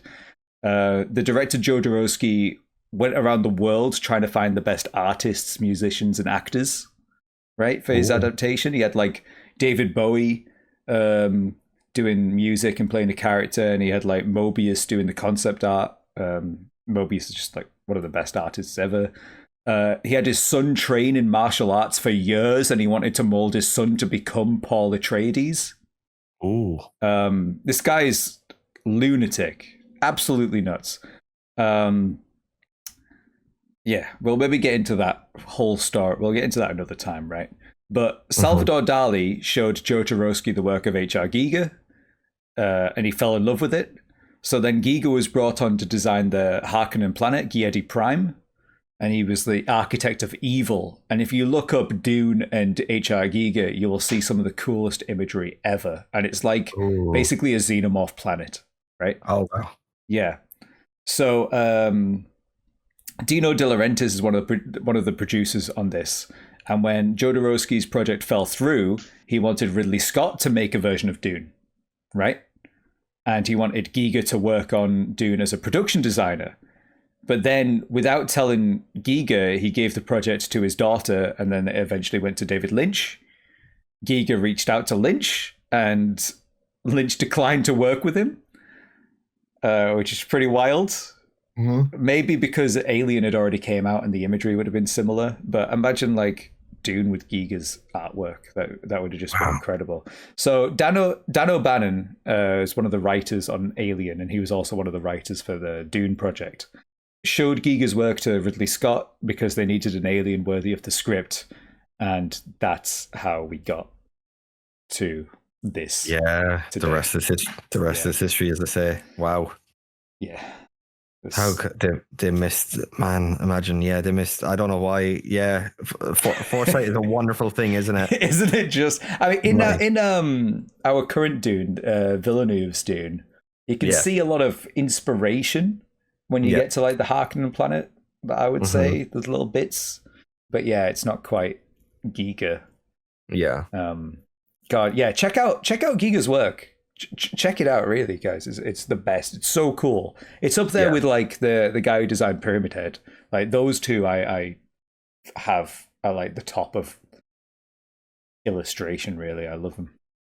Or just like like show like they're spectacles of the like the art that they create over years that. True horror. So influential, yeah. Body horror, like gothic horror. Yeah, there's so many like variants of it. Masahiro Ito and Giger, yeah. Wow. Those two. You're right, body horror, pair of them actually. I didn't realize that. Okay, I'm sorry to get us away there. I was like, I got an opportunity to talk Dune here. Let's go. Let's get it. We're on the engineer ship. Yeah, we're on the engineer ship. They're exploring. Oh yeah, who's gone out here? It's Dallas, Lambert, and Kane have all decided to go and investigate the transmission. Yeah. Apparently they couldn't get Sigourney on the day. So that's Okay. why she's not there, but it works that she's like separated from them, I think. She's on the ship by herself. Yeah. All the wide shots in here are Ridley Scott's kids in the spacesuits as well to make everything look bigger. Yeah, it's Ooh. two of Ridley Scott's kids and I think the cinematographer's kid as well. Yeah, so they're in like tiny spacesuits. That's how they did that. That's incredible. I didn't spot that. It's all sets blended with matte paintings, basically, with Giga's matte paintings for the backgrounds and stuff. Maybe another artist paintings as well. Shit, I should know this. But yeah, that's how they created the illusion that they're walking in this giant planet and in this giant ship, you know.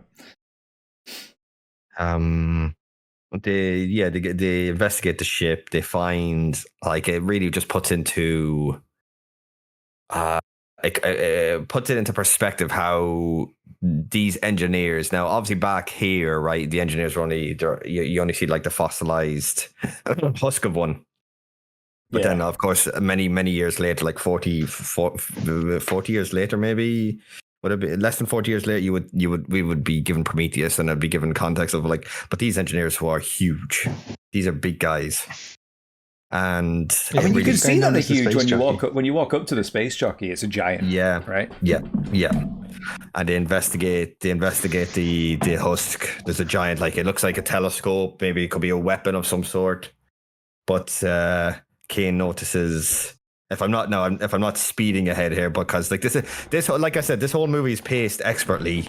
And I think it feels very fast for 2 hours. I never felt like it was long. That's always the complaint, is that it's long. But I never felt like it was long. I thought it was paced, like, because now you said before that we're only like 15 minutes in the movie. We're now almost like 30 minutes in the movie, and all we've talked about is just them, landing in the planet LV-426 and exploring this transmission. There's Kane makes a comment on how something has burst from the inside outwards. So like that's just a cool piece of foreshadowing. It's cutting during these, like this whole sequence, it's cutting between our three characters, Dallas, Lambert, and Kane on the planet, and then Ash and Ripley communicating with them from the ship. Yeah. Because obviously, the landing wasn't as smooth as originally hoped. So Lambert and Brett are down trying to get the ship back online, like the landing. Oh yeah, they're working on the ship because so everybody has a role to play. Yeah, while this is going on. The space jockey, they don't explain it. Back in the 99 commentary again, Ridley Scott said, "I'd love to do a movie like maybe Alien 5 or 6 where we go back and just do the backstory of this." Yeah. And I was like, oh yeah. Well, he eventually did get to do that, that's pretty cool. But I also love that it's just part of the set. It's part of the backdrop, really, know, and it's unexplainable. Right? It looks like it's maybe on, like, as you said, like a gun or a telescope. Apparently this was the captain of the ship. Okay. And we don't know where the rest of the crew has gone. And the captain is almost melded into the ship, where like the wires are in his arms and they're almost becoming veins, like it's organic material meets mechanical material, And that's what Giga was all about. It's really freaky stuff. And I want more stuff like that. Real scary. Yeah. Okay, Mother's deciphered part of the transmission. Okay, that's where we're at now. Yes, yeah. It was not. It was this reveal is really cool. It was not. Who was it? Ash? Is it Ash that announces this, or is it Ripley? I should know this. I think it's Ripley. She's like, it's a warning, not an SOS. Yeah. Again, sorry, go on. It's too late because now she wants. Yeah, now I'm caught up to where we are. Because again, I was just so immersed in this movie, so my notes are kind of like just all jotted down without any sort of like order of events. Ellen wants to warn now the three on the planet, but Ash tells her it's futile. that by the time Ellen catches up with them, they will have figured out if it was a warning or not. Ash is just cold. He's just ice cold in this movie. It kind of just, if you don't know he's a robot, it just seems like he's being a dick. Yeah, it really is. And then when you know the twist, like everything, then his whole like if you don't know the twist, you think, right, this guy's just a prick. And then when you know the twist from our very first scene with Ash, where he speaks to like his reveal, you're like, right, well, this is so obvious. Like he is like he's so suspicious. He's a sussy guy. He's a mogus. I thought you were going to say sussy baka, and I was just going to consume myself. He's a sussy backer, I'm sorry to say. You made him say it. You made it worse. I didn't, yeah. I stopped myself the first time. Yeah, and then I had to say it. I just enjoyed this whole sequence. Does anybody want to take the lead here? Because this whole sequence is just, we've got more shots of the alien ship now. Yeah, and it's all bones and ribs. Yeah, it's supposed to resemble like the inside of a vagina. Yeah, I should say like fucking Trump. Yeah, a vagina. Vagina. It's huge. They love me in China. I love me some vagina. Oh gosh. Yeah, I really like the dark dingy setting of this ship. You know, it's really cool. I mean, all the ships are dark and dingy, aren't they? But yeah. I would want, from the franchise, I want more alien architecture, alien ships. Even the most recent, even in Romulus, it's just another ship, right? It's another Nostromo, really. So it's back to human architecture. I want alien shit. Give me this. This is terrifying. It's good. So they find these eggs, or Kane finds the eggs, right? He does. Yeah. And there's mist covering the eggs, and when he puts his hand through the mist, it like disturbs the eggs and they react. The idea was that these eggs are cargo of this ship, and that they were biological weapons. And you can Ridley Scott talked about how like he wanted to really explain more of this again, like I said earlier, in like a movie later on. You made a great point, and we probably all have this noted down, but I want to get there first. I want to be the one with the big brain. I want to show off this piece of trivia. Thanks again to need to tell me this. The eggs inside, you know, when Kane's light reflects and you can see something just kind of like moving inside to. It's Ridley Scott's hands. Yes. It's his hands to mimic the movement of the face hugger. Yeah. Well, I tried. You know, it's Ridley Scott's hands. He's got the big gloves inside the fiberglass. Yeah, and he's moving his hands around. It's just it's another cool little just detail, and he was like, right, I wanted I don't know just to give it more kind of like the semblance of life, you know, the imitation of something is inside there moving and living. There's an organism in there, but the facehugger is like a mixture of like a crustacean and fingers, right? You know, it's got knuckles. They refer to its joints as knuckles later on. Easily done. So then the facehugger like jumps out at him, and I think that was clean lamb intestine apparently that they just projected into the helmet basically. Yeah, real gross.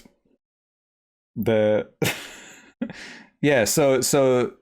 then he goes to they take him back to the Nostromo, and if only they listened to Ellen here, she's like, no, we've got quarantine regulations that we need to follow, and Ash is being a sussy backer, as we said earlier, and he opens the door anyway. They're just like, I'm opening it. Yeah, Ridley's having Ridley, you know, or so not Ridley, sorry, Ripley.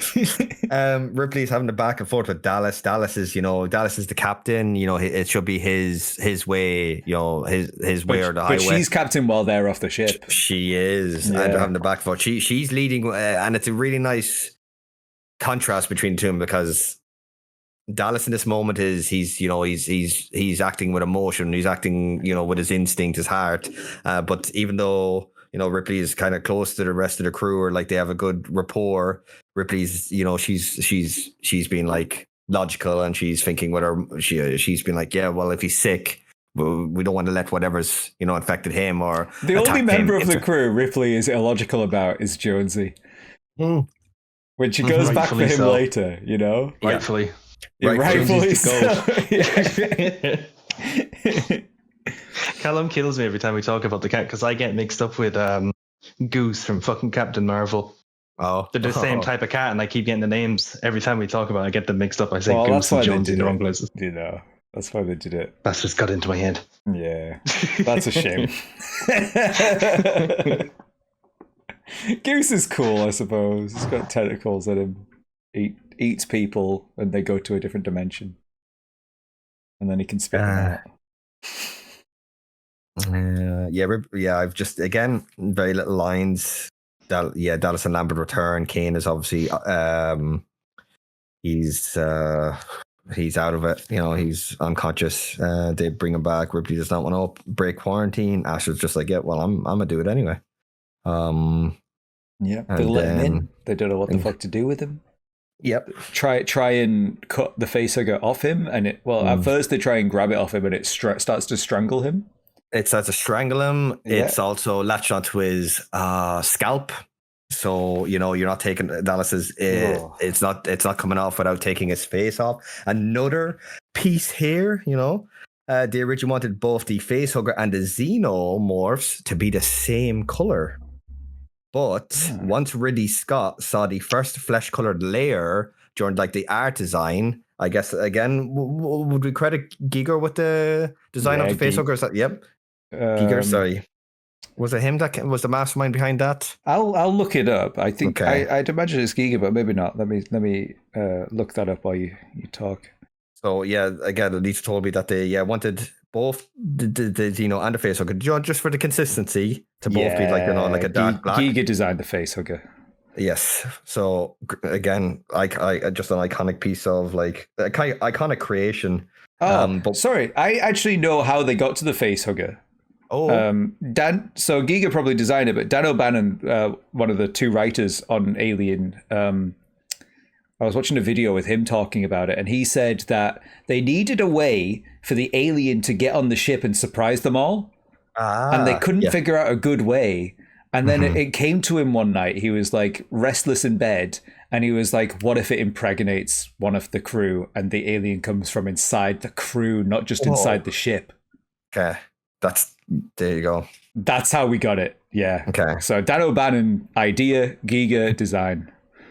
And originally they wanted both of them, the facehugger to be, darkened color like the Xeno. But once really saw the first draft, the first colored layer, the more kind of like, I would say, what would you even describe the face for anyone who's obviously never seen Alien? It's kind of like I have it written down here. It's like a kind of like a flesh colored. It's kind of like a kind of like the facehugger. The facehugger, yeah. Like I just have it written. It's almost like a skin tone. A skin tone. Yeah, once they used I think a bunch of crabs and stuff. They basically mushed them up and used the guts to make the inside later on. So that's kind of the color that we're looking at. Yeah. Once Ridley saw that first draft, that first flesh colored layer, he thought it was more effective. He thought it was scarier. So they stuck with that color. Also, it was going to be black originally, like the xenomorph later on. That's what Steve just said. So I know that's what Steve just said, but the whole time I thought the direction you were going in was that the xenomorph was going to be like more of a pink, more of a flesh color. You get me? Yeah, I got you. Yeah. Which we do have a more fleshy toned xenomorph later on that looks really fucking disturbing. It looks like Ratner from VHS. Gosh. No, but that's the trivia there. That was cool, and I'm glad they actually they went with that decision to keep it more of that tone of color, because it does just feel more. I don't know. There's some it feels more scarier. That like you're thinking, it doesn't seem that threatening on first look, but I like the evolution of it as well, like the different life stages of the xenomorph, of the alien. It's got this face hugger, which is almost like the cedar, and then it comes out as like a small thing later on, and then that sheds its skin and grows and grows and grows. Romulus actually adds like another element in there for how it grows later on. They basically make a vagina egg. I just love saying vagina like that. I'm so sorry. I'm sorry, women. that it like cocoons in, which we don't see that in this. It's just that it sheds and gets bigger in this. Yeah. So I don't know. Do you have any more points about that? They try and get it off. They can't get it off. They go and do their own thing, and then it comes off later on, right? They're considering freezing him. They're considering freezing him. It's just a back and forth between Ash, because Ash is the chief science officer. Excuse me, my voice is going now. Ash and Dallas are kind of like they're discussing it. Dallas is completely bewildered because he mentions it paralyzes him, puts him in a coma, but keeps him alive. We can see it like breathing as well. Yeah, it's feeding him air. It's feeding him oxygen. Yeah. He's throating that thing, and it's feeding him oxygen. I don't know why I had to say it like that. Why? I don't know. I remember discussing this back in art school, and how it's almost the symbolism is that what's so scary about this alien is that it takes our sex away from us. It almost feminizes like the human race, you know. So like anybody can get face fucked by this, and can become impregnated by this, which is like. That's the whole idea of being terrified by impregnation has always been like a feminine idea, but all of a sudden men are also scared of this too. Like it's a really scary idea. And then when it eventually bursts out itself, it comes out erect like a penis coming right through your chest, you know, skewering you, which is again, real scary stuff.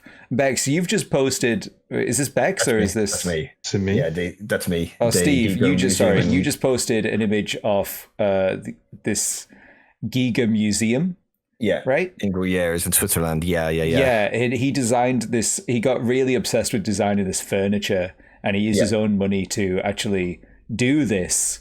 And I think he sent a lot of this to Lynch, and Lynch was like, nah. But his furniture is the most gothic thing you can ever imagine. It's just spines and skulls, and it's so cool. Yeah.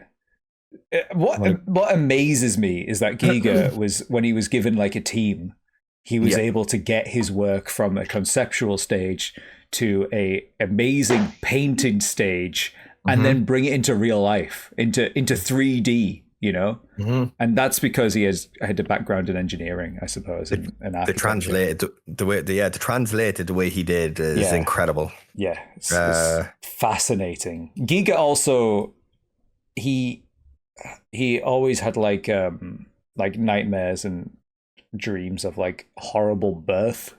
You know, himself. So that like it all comes back to what the themes of this movie are about. But yeah, there's that's basically all with the face hugger. They do try and cut it at the knuckle, like as you said, and it starts to bleed acid, like akin to molecular acid that starts to eat through the floor of the ship, and it goes down a few levels. So they're like, right, we can't cut it off him. I think this is the beginning of the crew all working together as well. When the acid starts to burn through, they're all like, oh shit, we're in trouble. And then you see them run from floor to floor, and the acid keeps burning, down and down and down. And you're worried, like, if that burns through the bottom floor, they're all getting sucked out into space, That's real scary. Real scary. Like the whole facehugger scene is just so effective, and it's like, without, it's like it builds the tension without really. Kane's just lying there, he's still breathing, he's still alive, he's paralyzed, but he's still there, and like, but you're just like, it's in that innate human fear of the unknown, or like we're always so apprehensive or terrified of things we don't understand. So but talking about the unknown, Giga was influenced by H.P. Lovecraft, who did cosmic unknown horror, Yeah, and you can see like the influence, like the facehugger. As much as it creeps me out, it's such a great, it's such a genius, it's such a terrifying. Like, because could you imagine like you up in your room right now and like you're streaming, and next minute you just hear like the little scuttle, or you hear the little screech of a facehugger in your room. You're screwed, dude. You're finished. The facehugger, if you're a AVP fan, right? In one of the old graphic novels, they explain that the reason why the predators have evolved to have that face is because it counters the facehugger. You know why they've got those big mandibles? Yeah. A facehugger can't attach to a predator, which I think is really cool. That's dope. That's a good case of evolution. Yeah. Beckham, do you have what have you got here about your whole just takeaway from the scene, or just like I love the facehugger scene. I think it's gross as fuck. Yeah, there's so much like slimy look to it. It's really realistic. The practical effects look fucking awesome. And I think the idea of acid blood and the xenomorphs is one of the fucking coolest things about them. Yeah, I think it's so, like, it adds an extra layer of danger, because if you try to kill the fucking blood itself, even if you do any damage to it, the blood itself is going to end up burning you. It's so fucking cool. Xenomorphs are just cool, man. In Aliens, when they're shooting it, and then it's like shoot and then cover your face with the gun, then shoot, then cover your face with the gun. Yeah, it's like, how do you fight these things? Yeah. The perfect organism. Literally. Yeah, so the facehugger falls off, and they go looking for it, don't they? We do. And we have our first jump scare of the film. Yep. And it's just a bin being knocked over. Yep. And it's diegetic. It's like the sound is in the story, and it's not a musical sting. No. Because we're so programmed now with horror movies to have a sting when something scary is supposed to happen, same in like horror games, that it just feels way better watching this. It feels natural whenever there is a jump scare. It's not a jump scare it is a jump scare for the sake of being a jump scare. And you could argue it's a bit cheap, but it's not how they do it now, which is really bad, really poor. Really cheap, yeah. Like there's it's just a general, just like a bump off thing. This is where we learn, just before this is where we learn that Ripley is in charge once Kane and Dallas are off the ship, because she gives Ash, she pays Ash a little visit, and she's just like, she hits Ash with a "I told you so," because she was right about quarantine Kane, or she was right about not letting Kane back on the ship. And Ash is just, he's serving sauce back at her. He's like, you do your job, let me do mine, sort of thing. Serving sauce.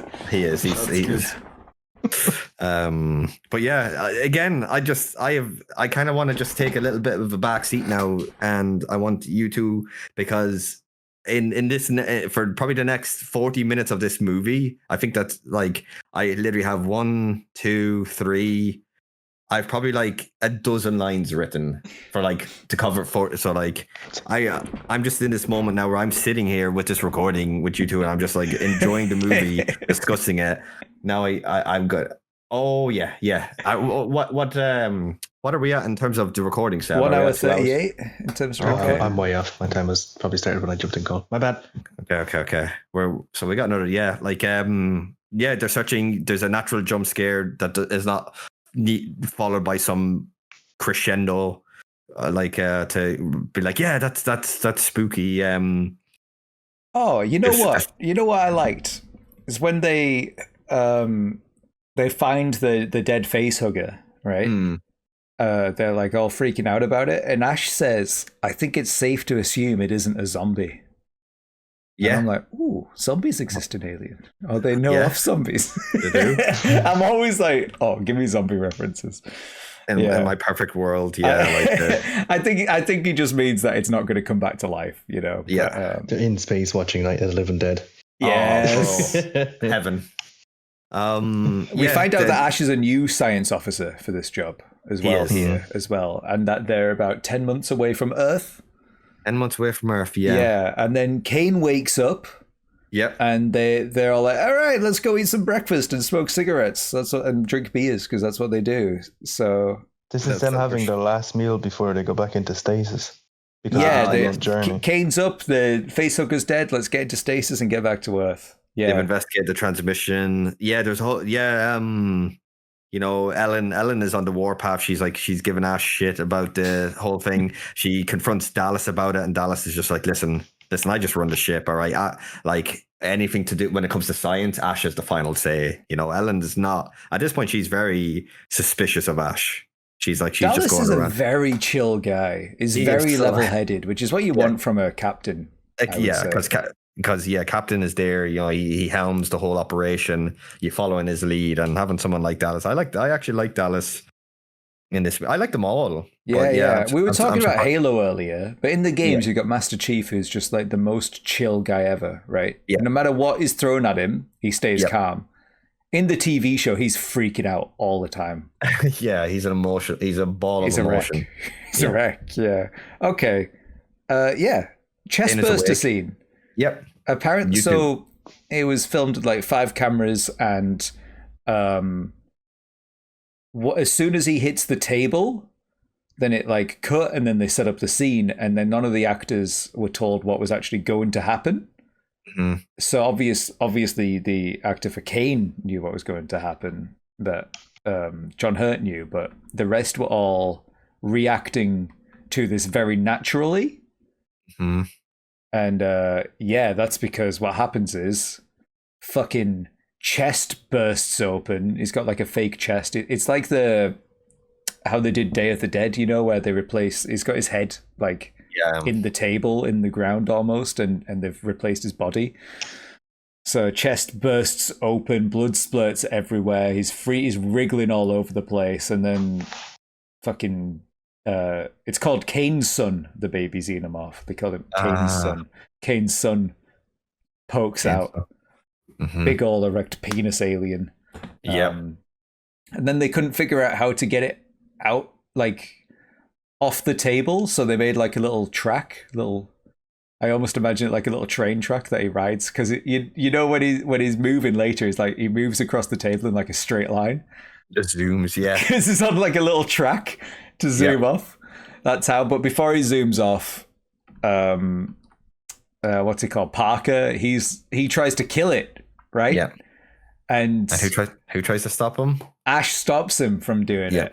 And there's writing out there about how Parker, all of the crew, they're not the most. It's not really like sex isn't really a big deal, right? No. And you talk about like slashers from the 70s and 80s, it's always like they have sex and then they die, right? Parker's the only guy who ever seems that interested in sex. Yeah. You know, he earlier on he's flirting with Lambert. And so when his masculinity is challenged by the penis coming out, he's the one who wants to kill it straight away. You know what I mean? It's cool, really cool symbolism in this.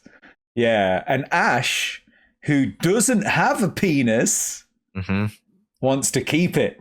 Yeah. Penis. Genitalia. Libido. Show me your genitals. MC vagina. MC vagina. Yeah. As I said, it's all sex. The xenomorph itself is just it's got a big phallic head, and it's got like a mouth inside of its mouth that is to penetrate your skull, penetrating tail as well, and part of the Xeno's kind of like organs are like the ligaments. I don't know if it's around. I believe it's on its back. Again, this was more trivia shared with me. Was done with just practical. They use condoms. They used condoms to get to get tubes. The like slime. Tubes. They used KY jelly. Mm-hmm. Yeah. Damn.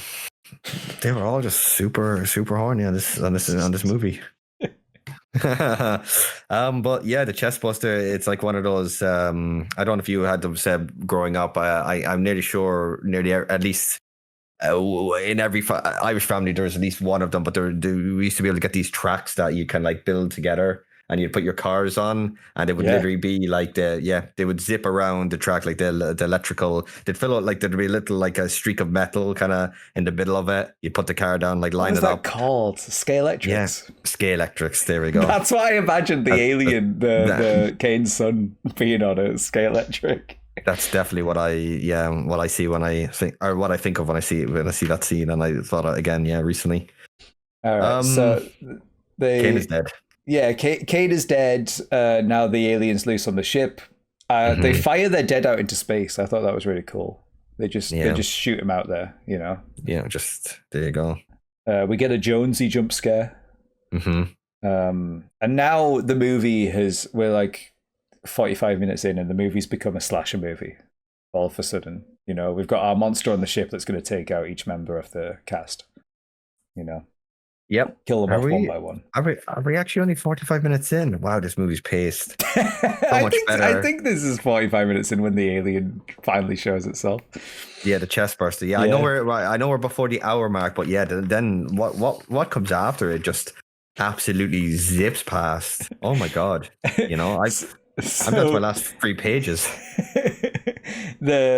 I did what you did as well, so I'm a bit worried about how we're going to discuss this, because I also just got into the movie, put my notes down. I'm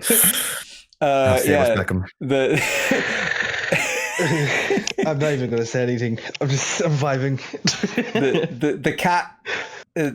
So we're now looking for the alien, and they've made like got a bunch of like scrap to make tools. Basically, they got like a electric stick that they think they can shock the alien with. Because they don't want to like damage its body because it's got acidic blood, right? Stun baton, yeah. They've got like a way to find it as well. Like it's a sensor, but it senses like changes in air pressure. It's not like a heat sensor. Actually, he made it, didn't he? It's a tracking device that he made. They make it the tracking device. It tracks via changes to air density. Actually, okay, air density. Very nice, very nice. Sorry, I couldn't resist that. So they're going around and they make a big error here. This is what all happens in every slasher movie, where one of the guys goes off by himself. They split, don't they, into groups? Ash, Lambert, Dallas, Parker, Brett, Ripley. They do that. That's fine. But then the group shouldn't split. And what happens is Brett splits off from Parker and Ripley, because he forgot to bring something. Don't they? No. They send him after Jonesy. Oh, Jonesy's Jonesy's supposed to around. catch him in the net. Yeah. And to stop him from coming up on their tracking device, they had to catch him, and he just let Jonesy run off. Yeah. So Brett got you know, what a guy. He's just like, right, I'll go get him. Parker's like, yeah, you go get him, Brett. And Brett was just vibing throughout the movie. Like most of the scenes, Brett, when you're introduced to him, he's either just eating, smoking, or rolling a cigarette.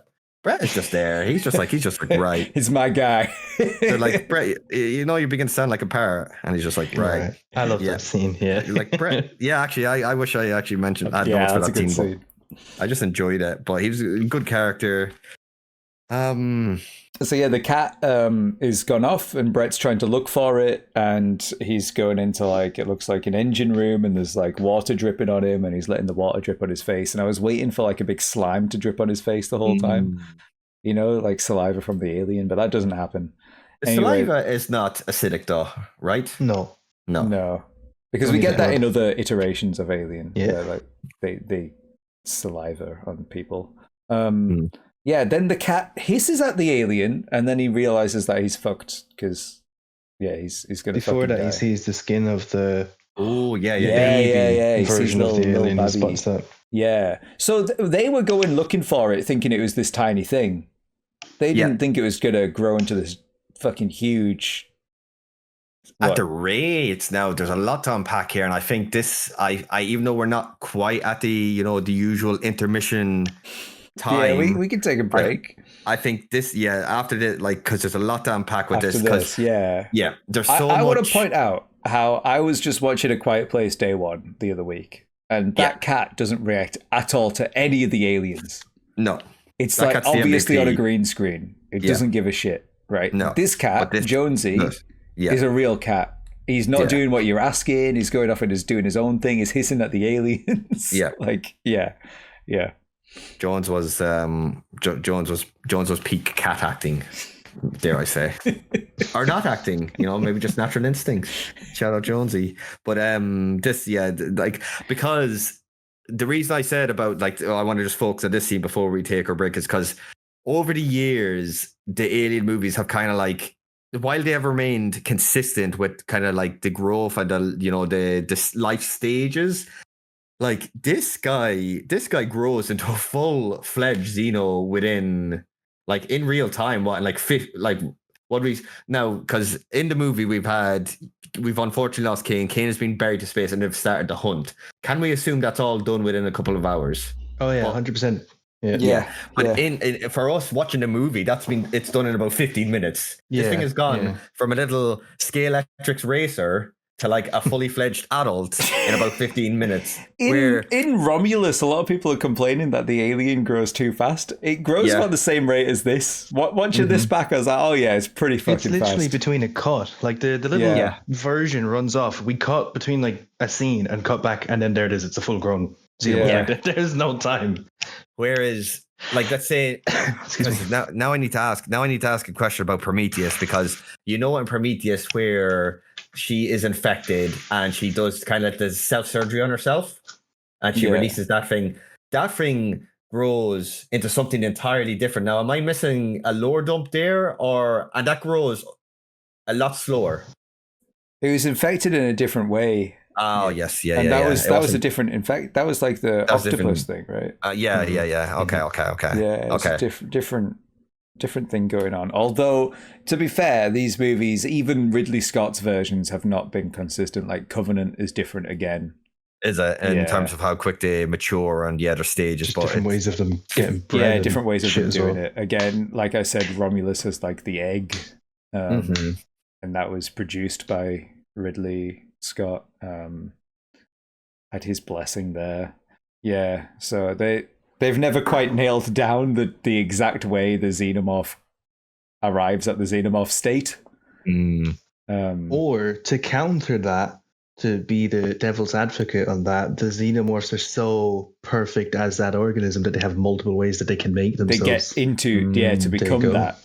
Well, that would make sense if they didn't also have these a new variant every movie after this. Yeah, that does mix it up. I just looked up xenomorphs, the history of them in movie history after I finished watching this, and there's 5 or 6 variants of Xenos that all have different names and different roles. Apparently, some of them are scouts, some of them are hunters, some of them are warriors, and I'm just like, what? I like when they do shit like that, but it does get way too complicated. Yeah, me too. You're trying to follow, I do like the idea that there's a queen and she has loads of these guys who are drones, but I don't like how Aliens just makes these guys trivial almost. Now we've got 100 of them. It's how in you've got Star Wars and then you've got fucking Rise of Skywalker, where all of a sudden, it's just everything just ramped up. That's what Aliens feels like to me. Although much better than Rise of Skywalker. I'm sorry for even comparing the two, actually. I take that back. Apologize. Apologize to everybody listening right now. How do you do a sequel to Alien, though? That is the way to go. James Cameron was right. It's the right idea to draw a bunch of them and just get crazy with it. Yeah. Bigger, better. I think my main thing, if I was to jump on Alien and say why sometimes it doesn't sit in as good as this, is because that one feels more dated than this one does. What are you talking about? What feels more dated? Is with Aliens. Sorry, Aliens feels more dated than Alien. Because I can watch Alien and it's always amazing. But if you watch Aliens, there's just a time where you can be like, this is made in this exact time, and it feels like a movie this time. Where Alien is so past. I could watch Alien in 50 years' time and I'll still think it's fucking awesome. Yeah. And I think just there's so many things that just make Alien timeless. It's the isolated story of a single ship out, in deep space, and it's just like it's one crew of like 7 people terrorized by literally the perfect organism that just is there to hunt. Whereas when you add sequels, things obviously you have to capture the magic again, or to kind of retain the audience's attention. You almost have to go bigger. You have to up the scale, and sometimes you lose then what made the original so special. And that's probably why, for me, again, Night is probably my favorite of the George movies so far, because it's one farmhouse, in the middle of a countryside, and it's a cat. That's true. Where do you go from the farmhouse? Okay, you go to the shopping mall. Where do you go from the shopping mall? You go to military base. Where do you go from military base? You go to a city. Yeah. I think that's why I'm finally starting to find the reasoning behind. I love those small, isolated stories of just one group, and their quest for survival. Because when you do up the stakes, you lose just some of that. I don't want to say intimacy, but that kind of like related, almost kind of like you could put yourself in, Ben's shoes in Night of the Living Dead, because it could be you and just like a couple of people that were strangers, but you could become, allies to survive this together. You know what? That is my favorite. I love those kinds of movies so much. Yeah. I think another franchise that I think does that well. I'm gonna maybe tip a little bit of a conversation here, but I think 10 Cloverfield Lane is the best movie out of the trilogy that we have so far, because it's the smallest, more compact one. It is. It is. I'm a huge Cloverfield fan, right? Fuck the third movie. It's terrible. It's awful. It's a shame, because it was never supposed to be one. It's just JJ just slapped Cloverfield on it, which he also did with 10 Cloverfield Lane, but 10 Cloverfield Lane was a fantastic movie before that. I love it. And I do love what JJ did with the ending. I love the ending to that movie too. Yeah, 10 Cloverfield Lane. So have you guys seen The Last Voyage of the Demeter? Because I was just thinking, when you were describing this, Steve, like how it's a bunch of crew on a ship, and then there's this unknown presence comes on and tears them up. I'm like, oh, that sounds like the description for The Last Voyage of the Demeter, which is the Demeter was the ship that took Dracula from Europe overseas, right?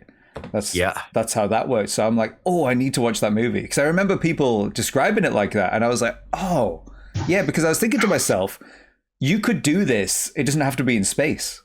Yeah, you could have people out on a road trip, and this happens to them. You could have it on a boat. Now.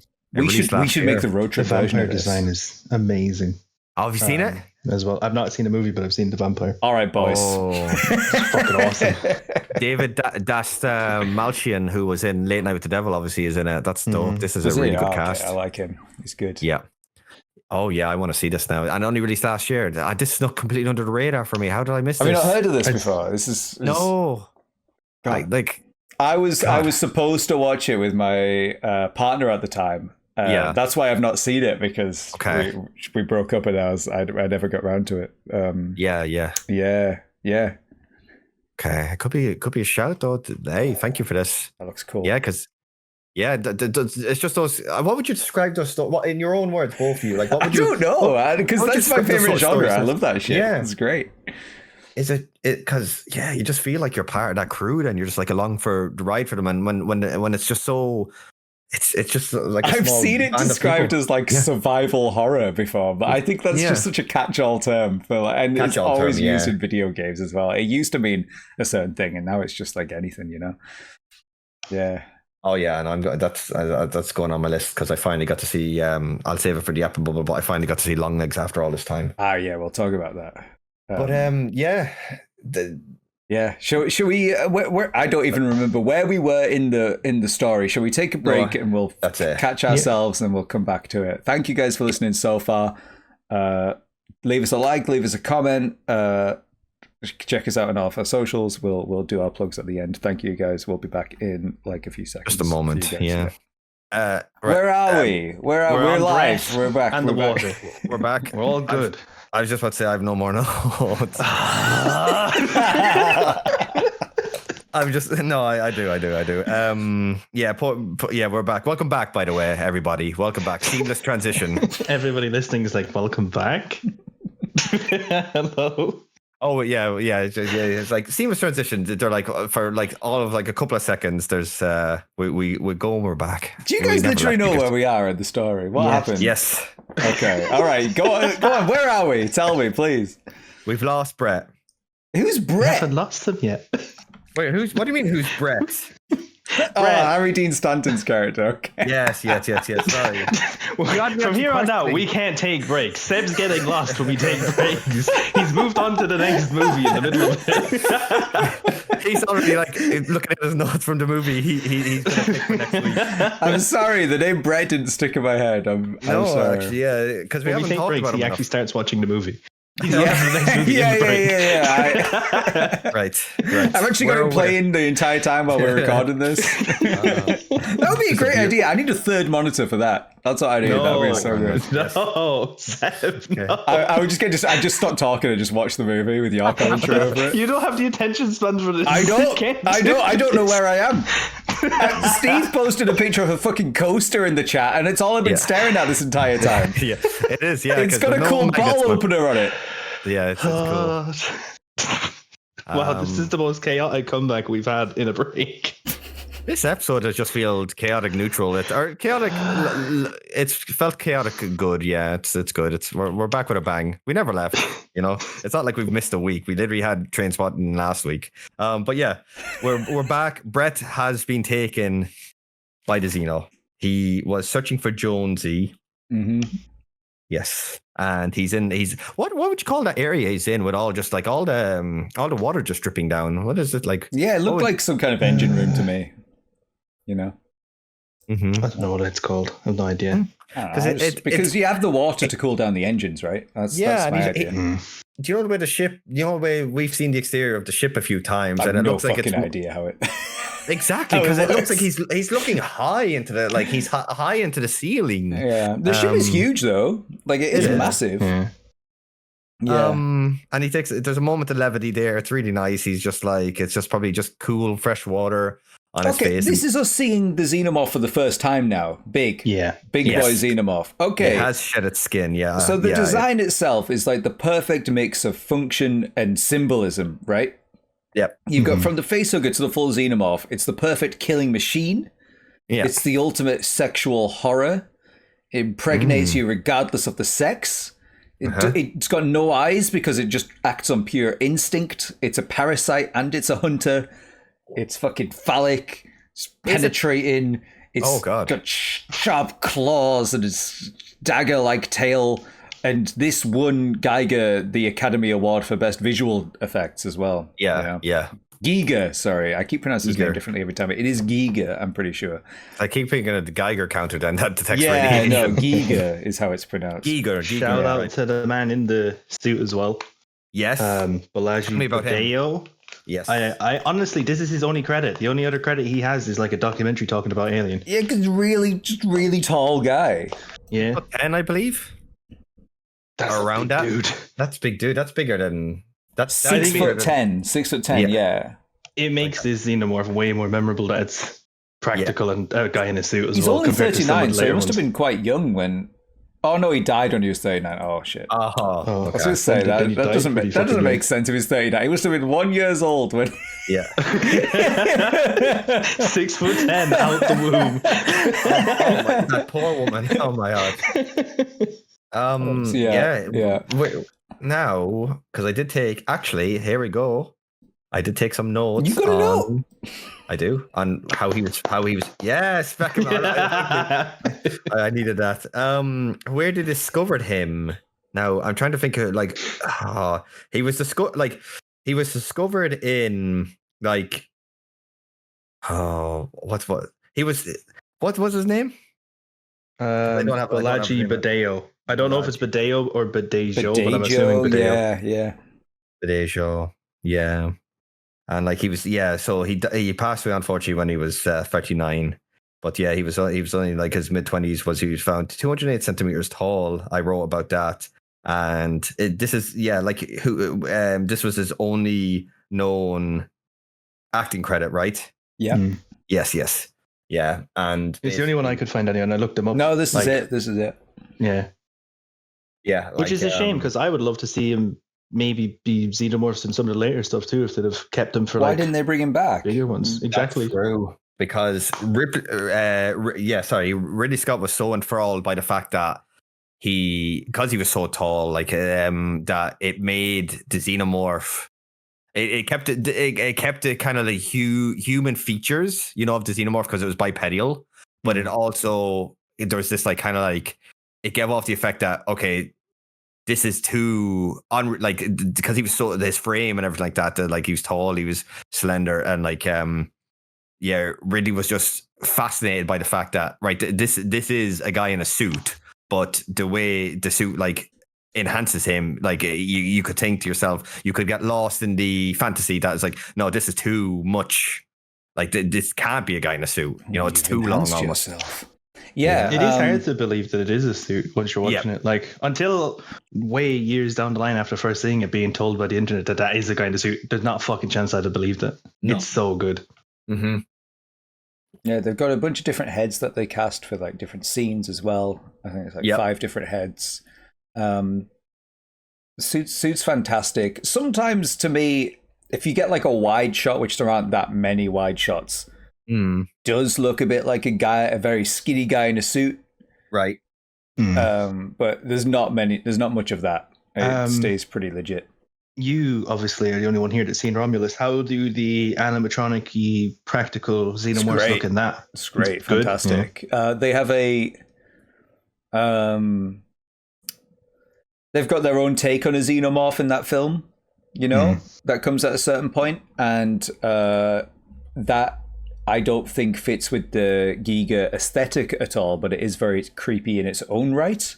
Mm-hmm. That's also another very tall man in a suit is how they made that, I'm pretty sure. Yeah. But yeah, I think Romulus is the best visual movie since Alien. Like, wow. On a visual level, like the sets all look fantastic, and when CG is used, it's used very well. The backdrops all look dope. The lighting is a really cool use of lighting. I actually prefer the lighting in Romulus to the lighting and the last, like, say 20 minutes of this film is just strobes, and it's so hard for me to watch. Oh my god, I haven't known about that. It gave me like a headache. We'll talk more about that when we get there. And that's one of the reasons why I really don't vibe with a lot of Aliens, because it's strobes and that sounds like a pigeon or a seagull. No, it's not seagulls. It's strobes and like warning sirens going off and stuff, and it just gives me a headache. I'm like, it's heavy. I play video games. I'm constantly looking at all this shit, but I couldn't take the strobes in this movie, or the even worse in Aliens is real bad, where Fede Alvarez just did and whoever was doing the lighting and the cinematography did a great job with that. I feel like what lacked the most was the writing, the story, and I just needed a little something else. Yeah, of Romulus, and then it could have been great, because it's a good movie. There are obviously mistakes and there are things that make it weaker, but it just never, the entire time I wanted it to be great, and it never was great for me, which sucks. But maybe on a second watch I'll appreciate it more. Did the fan service, but not anime version, but the fan service stuff in there, did it sit well with you? Because I know that's a complaint a lot of people are having. Yeah, loads of people complaining about it. It's all right with me. Because I know there's a lot of like callbacks and lines. It depends which fan service it is, because they're like, when it's spoken lines, you're like, that was so out of place. That didn't need to be there. Like, one of the characters quotes Ripley, right? Mm-hmm. Which doesn't make sense, but whatever. It's just fan service, but it kind of ruins the scene that it's in. Okay. Whereas visual callbacks and story element callbacks are really cool, I think. And they do call back to Prometheus and other Alien movies, which is good, which is probably Ridley Scott's input as a producer in that film. Yeah. Okay, shall we get back to to Alien?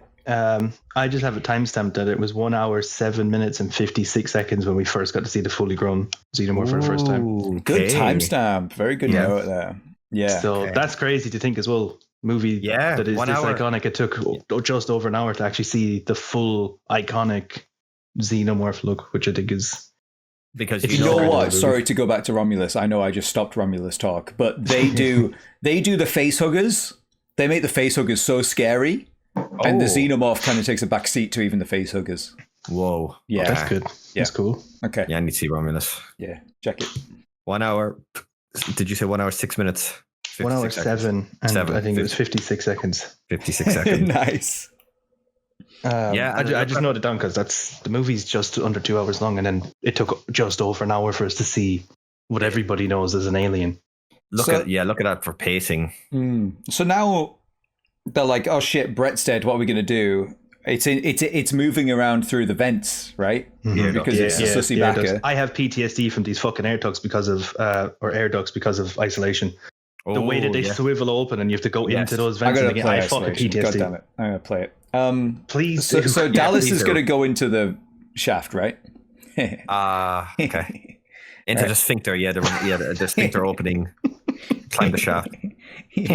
Are you proud of yourself for that one? He is. The whole movie's sex. Come on. Yeah.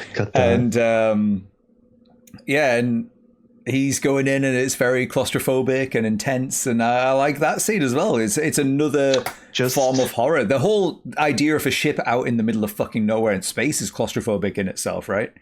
The lack of air. Just before that, Ash gives us just like a little thing where he says that he's very impressed by how well the xenomorph is adapted, and that he believes that, like any other kind of animal, it'll be frightened of fire. Because that's why Dallas goes into the air duct and has a flamethrower that's made. Yeah, that's cool. That's cool. Ash is just like a bit of a simp, isn't he? He's a bit of a xeno simp. He's attracted with very to this good thing. Reason, I suppose. As I said, he wants this to be its penis. His penis. His penis. Its penis. His penis. Is there a genre is there a genre of smut that like people that are like of course there is. You think about it, of course there is. Yeah, he's a eunuch and he's sexually frustrated, and we'll see this. I'll be coming back around to this when we get to it. Okay. All right. You've got right. Where are we? We're in the shaft? Yeah, Dallas has gone in. What else is there to say about the shaft? He goes in and he fucking dies. What? I'll give this scene something. It does really good tension because once he's in there, Lambert is like, "Oh, it's not there." There's she's no on sign the of it monitor on our tracking device, right? Yeah, and then it just comes out of nowhere. It just the bleep comes up, and then that's it. It's GG. It went above him, I think. Is that how she lost it? Because it was like directly above him or something. It is messing with him. Like I'm not entirely sure. Or the tracker starts to malfunction a little bit. Or something happens, maybe the connection goes a little bit, but yeah, Lambert's on comms with him, and I believe is it Parker as well, or is it Lambert and Ripley? I should know this. I literally watched the movie. They're all basically on the same comms. They're all talking to him, but Lambert's basically directing because she has the tracker, so it's her talking the most. Yeah.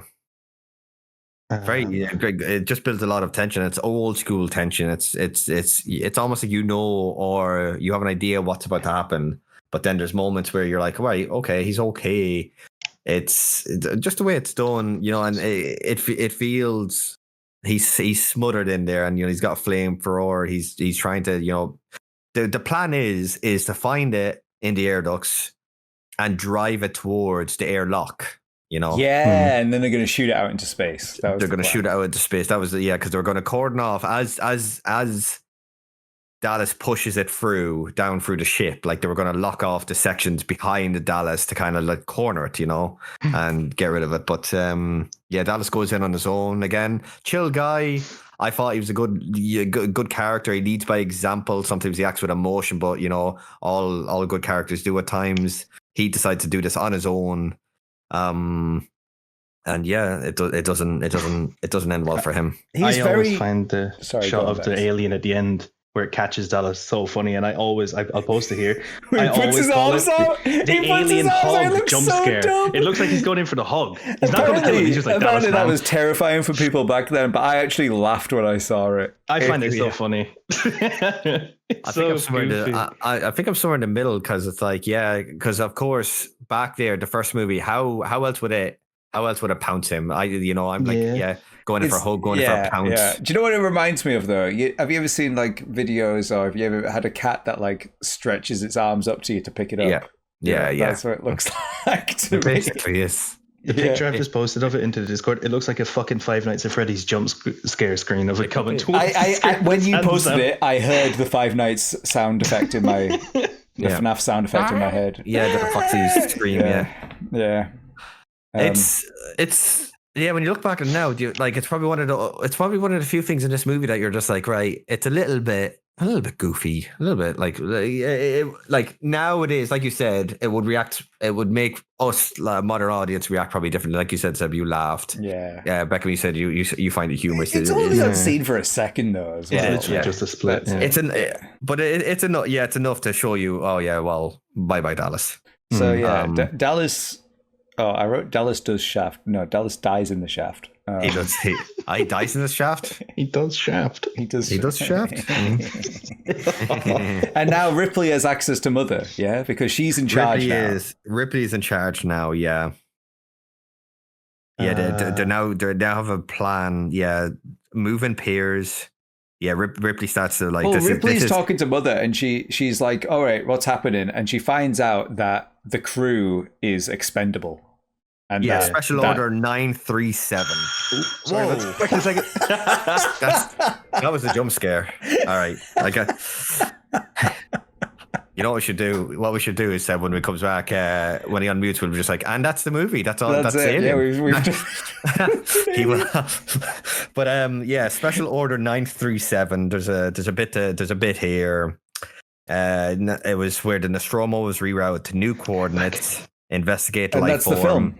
That's the film, yeah. That's Alien, guys. All right, Bex, what have you been getting up to in the Yapping Bubble segment? Yeah.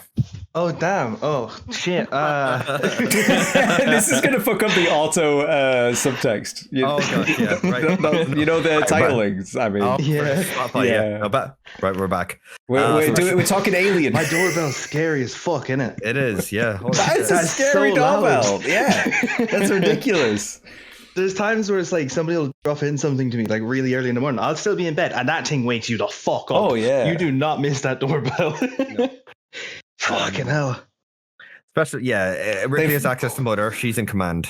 Yeah, we found out that the crew's expendable. Yeah. And that their mission was actually to go and retrieve this alien life form because it wasn't even their mission. It was Ash was meant to do it as a secret mission. Ash's secret mission. But he needed everybody on board to accomplish the mission, didn't he? Yeah.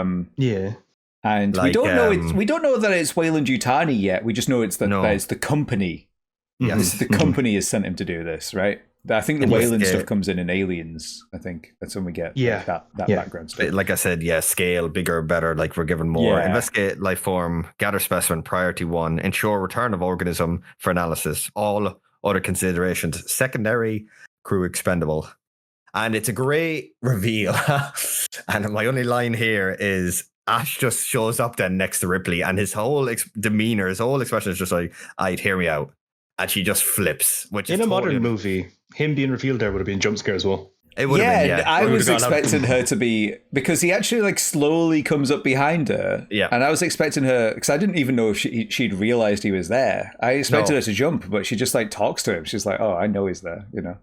She is, he's just pure chill about it. He's just like, I think he's just like, he's just like, I can explain, or he tries to calm the whole situation now that we've lost Kane by this point, we've lost Brett by this point, and we've lost Dallas, our captain, by this point. And he's just like, he's so calm about it. And then, she like kind of, she reacts as any, rational person would in that situation. She's not quite happy with this reveal. So she kind of like just shoves him away, and she tries to like distance herself between him and her, because he's a bit of a prick. He didn't tell him. He didn't tell anybody about this mission. So does he try to lock her in a room here? Yes. Yeah, well, it starts now. He's locked. She leaves Mother's room. Yeah. And all the doors that go into any other part of the ship, he starts to lock them to prevent her from leaving. And when she's like, Ash, open the door, I was like, oh, 2001 Space Odyssey. Open the locker bay doors, please, Hal. Yeah. And then she gets through. How did she get through? And then they go for a fight. They have a fight. It's like a little square room outside. It's the the meeting room where we seen them all earlier eating. That room. The mess hall. So yeah. he's locked off all the other doors from there, and they have a bit of a scrap between them. She starts throwing her all around the place, fucking slamming her across rooms. Right. Yeah. There's a really weird moment where Ian Holm looks directly at the camera. Like it's like he's looking at us, but he's also looking into the room, and then throws her in there. And while all of this is fucking happening, then I think it's Parker just must have opened up one of the doors and came in and came to the rescue. Okay, so before Parker gets in, this is back to sexually frustrated robot without a penis. Yeah. They were originally, the idea was that they were just going to have like a fist fight. Right. But I think it was Ian Holm who maybe suggested, hey, why don't I grab this, like roll up this magazine and try he's now trying to penetrate her face like the face hugger did, because he's trying to shove it down her throat, isn't he? Yeah. Yeah. So it's this horrible essay undertones here.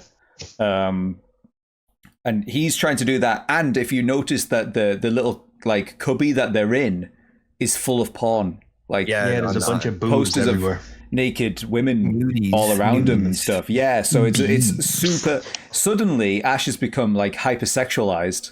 A deviant, and if you follow the Ridley Scott Alien movies, if you buy Alien Covenant, it's got Michael Fassbender making out with Michael Fassbender because they're both cyborgs. And you know? Remember that?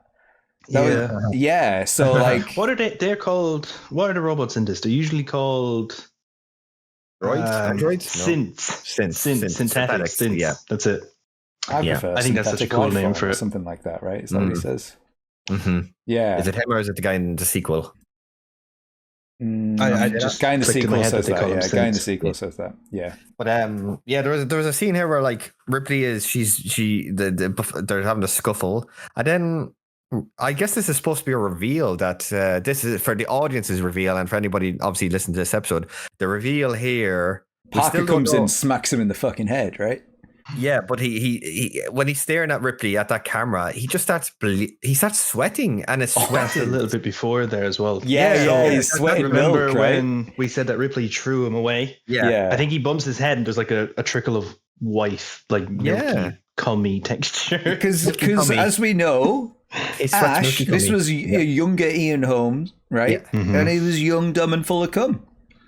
There we go. I never thought, God rest his soul, Ian Holm, great actor. I never thought we'd use that in a sentence to describe him. He was young. Now I can't stop thinking of Bilbo Baggins coming. Yeah. And you know that jump scare that's in the Fellowship where or is it the Fellowship or the Two Towers where he like jumps at the ring to get Frodo? Yeah. Now I'm thinking of that as his cum face. Yeah. Oh. Do you reckon I hate that? It turns out Ash was a milkman the whole time. Yep.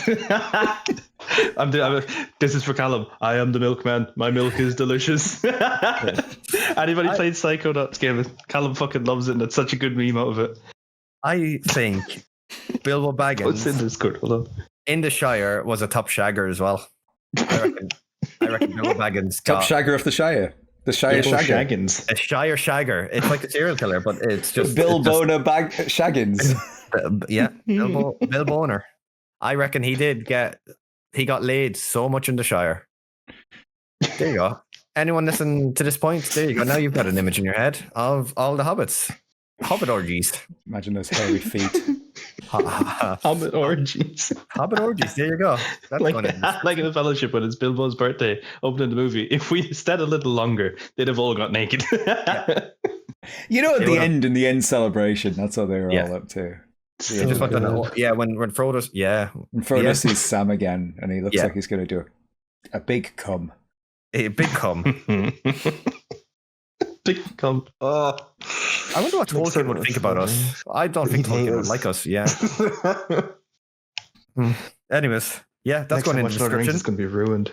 I hope Spotify pinpoint this section of the episode and be like, Lord of the Rings orgy. Hobbit's orgy, Shire Shagger. Yeah, there we go.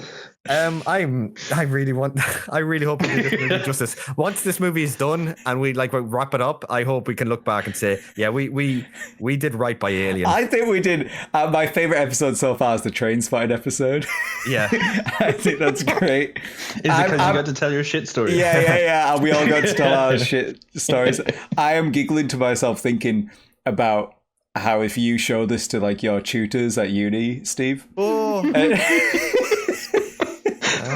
They skim through and you see the captions on Spotify. What is this? The shit story? Vagina, Bilbo Shaggins. But it's skimming through all these parts. Oh man. Young, dumb, and full of cum. Oh god. Yeah. I mean, it's going to happen. I'm going to have to say it. Yeah, it's what do you do, Steve, in your spare time? Oh, I host a very fine podcast with two of my friends. We know Kino, check it out. And then when I just come in the next day or the next week and just the glances, the accusatory glances, just you found that episode, huh?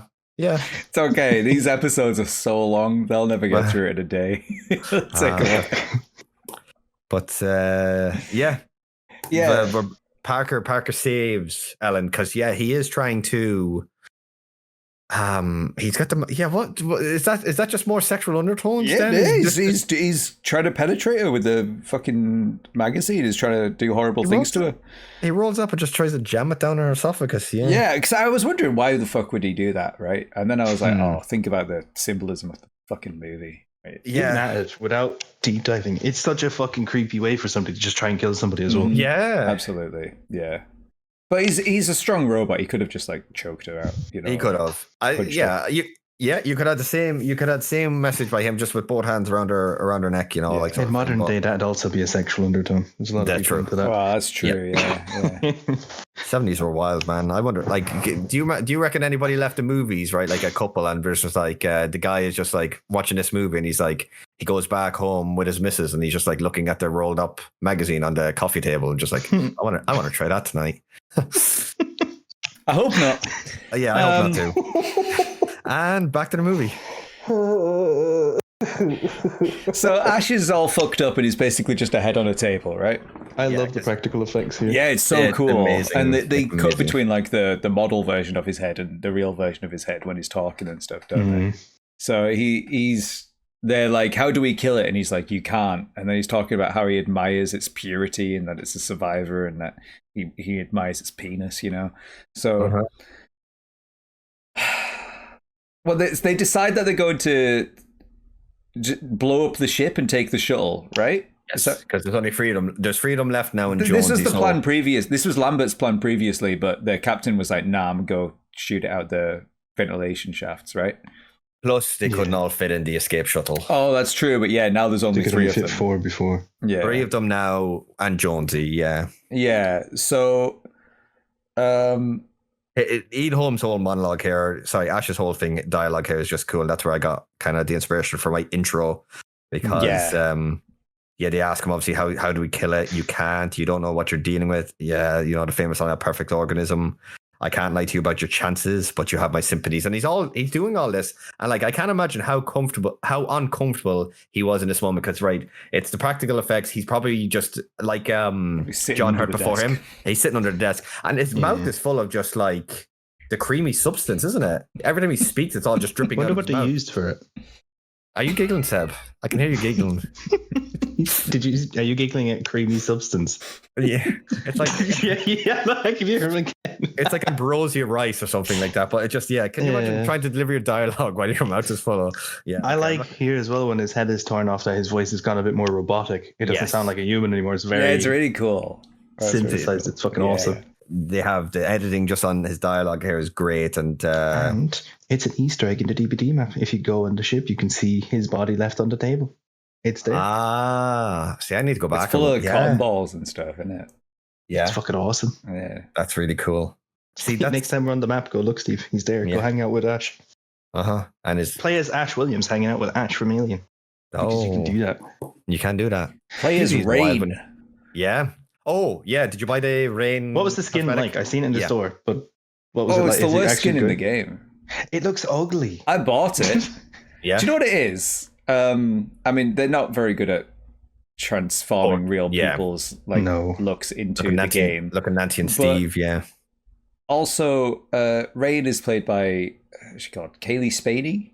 Yeah. And she's absolutely fantastic in everything I've seen her in so far. Right. I feel like she has a very subdued performance in Romulus, right? But it's very good and it serves its purpose, right?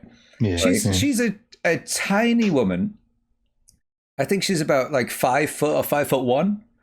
So when you put her into Dead by Daylight, you're then stretching out all of her limbs to get her the same height as all the other female characters, female survivors.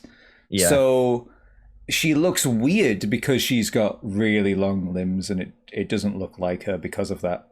I also don't think they got her face entirely right. I don't like if I had put a picture of the actress up to the DVD. She's very pretty in real life, right? Yeah, and in Dead by she got the Quentin treatment, is what happened. She got the Quentin Jonathan Byers treatment. Is what happened. Jonathan Byers is up there. Is definitely one of the ugliest skins in the game too. This is the ugly. This is the girl Jonathan Byers, as far as I'm concerned. I've been playing her because I like the character and I like Kaylee Spaney. But also, in fact, she was in my favorite movie this year, Civil War.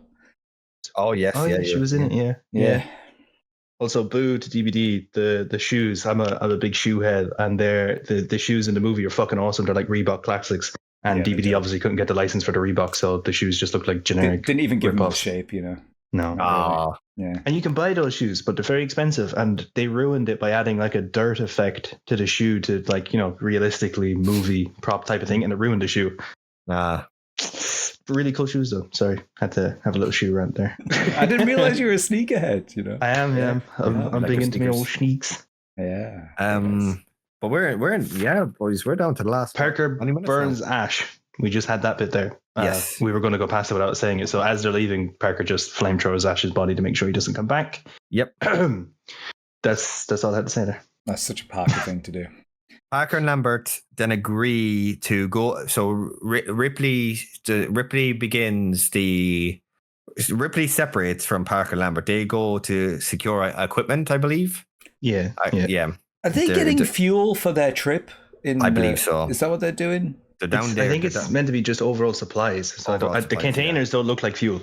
I think they say fuel at some point or something like that. I'm not entirely sure. I just have a lot of supplies. Anyway, so they are getting supplies. That's what it is. Ripley goes, she throws caution to the wind and she goes looking for Jonesy, doesn't she?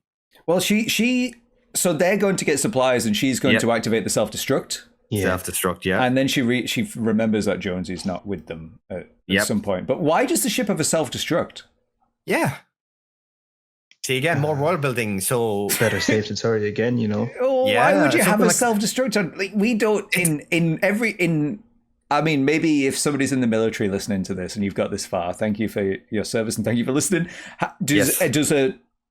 What ships... Just like a plane have a self-destruct? I can imagine maybe a submarine because it's nuclear that could explode, right? Yes. Yeah. But does it have a self-destruct to explode? That like a sequence that counts down, or is that just movies that have made that popular? Yeah, because I thought maybe to stop the ship from falling into like the wrong hands or being salvaged, maybe. But then again, this is a commercial ship, you know, it's not a rescue ship. In the end of Halo 1, they blow that ship up, but I think they destroy the engines and then it's on like a timer. It's not that it has like a self-destruct, I don't think. Yeah. Maybe it's the case that it's a cargo ship, and what if they have very valuables and then, say, somebody else from somewhere else tries to take over, so they just go, time to get rid of it before they steal all their valuable shit. Yeah, maybe that's something like that. Yeah. Oh, the idea of having a self-destruct, and again, the self-destruct only been like fucking 5 minutes or something is pretty crazy to me. Yeah. So yeah, she sets that sequence in motion. Then she remembers Jonesy. I'm thinking of the size of the ship, right? Yep. The ship is like, imagine the size of your house compared to the size of the ship, right? Now imagine the size of a spider, and it's like going, oh fuck, we got a spider in the house, we're gonna burn the whole fucking thing down. Yeah. Except I know it's a very big spider that can kill you, right? Yep. But if you imagine the size of the ship, like that does seem to be what it's like. It's like, oh fuck, this thing, that's how dangerous it is that they're willing to fucking get rid of the entire ship to get rid of this Yeah. single entity. Yeah. And then, I mean, we get a Jonesy jump scare. Jonesy jump scare, yes. Again, very effective. That's only the second, I think, time we've had that, because we had Jonesy. It's the second Jonesy jump scare, I think. Yes. Yeah. Jonesy is the scariest part of this movie. Yeah. And it's scarier because Jonesy's supposed to be a good cat. But yeah, Jonesy scares us just as much as the Xeno scares us. Like, and I can imagine they probably got a few audible gasps in the movies back in the 70s. But this is the one part that I remember that so Lambert gets cornered. So we cut back to Lambert and Parker, and the Xeno corners Lambert. And originally, now, please, anybody here right now, either of you or even that's watching this, drop me a comment. This scene was supposed to be way more sexual in nature originally. Yeah, with the Xeno, the way it approaches Lambert, there's supposed to be a lot more kind of like touchy feely. Now, going on what I've read, there was supposed to be a lot more implications without the full act. But yeah, the Xeno was supposed to be a lot more interested in Lambert than what we see in this cut, or in any cut, because they never went that direction, and I'm kind of glad that they didn't, because leave it ambiguous. But yeah, it just goes back to what we've been talking about the whole movie, the sexual undertones throughout the whole movie. This scene here in particular was supposed to be a lot more kind of unsettling for the Lambert's experience. But it's originally they wanted to make the alien sexy as well. It would have almost like a female form to it. Yeah. You know, a bit like sirens, out in sea, I guess. Yeah. To bring it back to like ships and stuff. Yeah. Okay. So so what happens? What happens next? Yeah, the Xeno takes care. Parker tries. Parker's noble. Parker has such a mini arc, right? Because like when we're first introduced to Parker, he's all about the money. It's all about the money, baby. And he has just such a nice little mini arc where even in his final part here in the movie, he's like he goes out of his way to try and protect Lambert from the Xeno. Yeah. Would you guys have shot the flamethrower anyway? Yeah. You've been told that there's a chance that it'll scare it off, right? And I know he's doing his best to be like, Lambert, please move so I can shoot. He could shoot it in a different direction, I suppose, couldn't he? Or try and catch the back of the xenomorph at an angle where you're not shooting it directly at Lambert. But on the flip side, Lambert's either dying or you're going to shoot the flamethrower to burn the xenomorph to try. The least you could do is fucking try. You know what I mean? He didn't want to burn Lambert while she was alive. It's fair, but still. A fucking flamethrower, I'd imagine, is very hard to control. So, burn Lambert too. Do it. He would have just had to do that, yeah.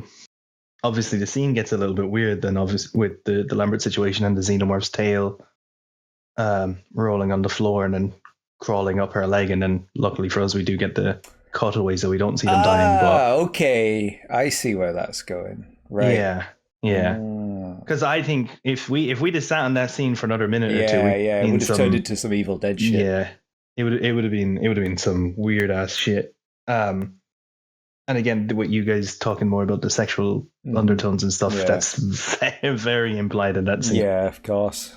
But that's the end of poor old Lambert and Parker. They're gone, and all we've got left now is Ripley and Jones.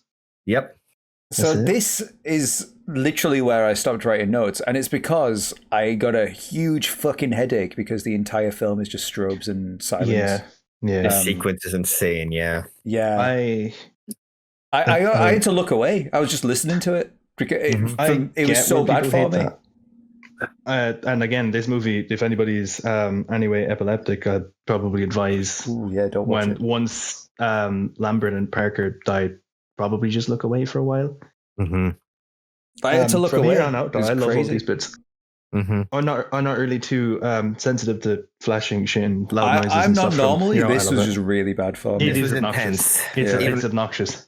Even for me, who I just found it intense. And I can absolutely understand. But it's I guess it was a design choice because we're into the final 10 minutes now before this ship detonates. Like the detonation is carried out, so she's trying to flee.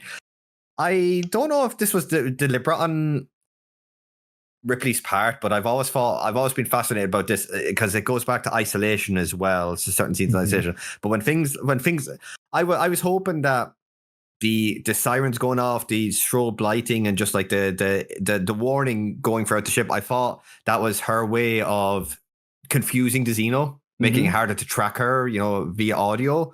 But I don't think it was. But I've always thought that was a cool idea. Because it still seems to... It still tracks her, yeah.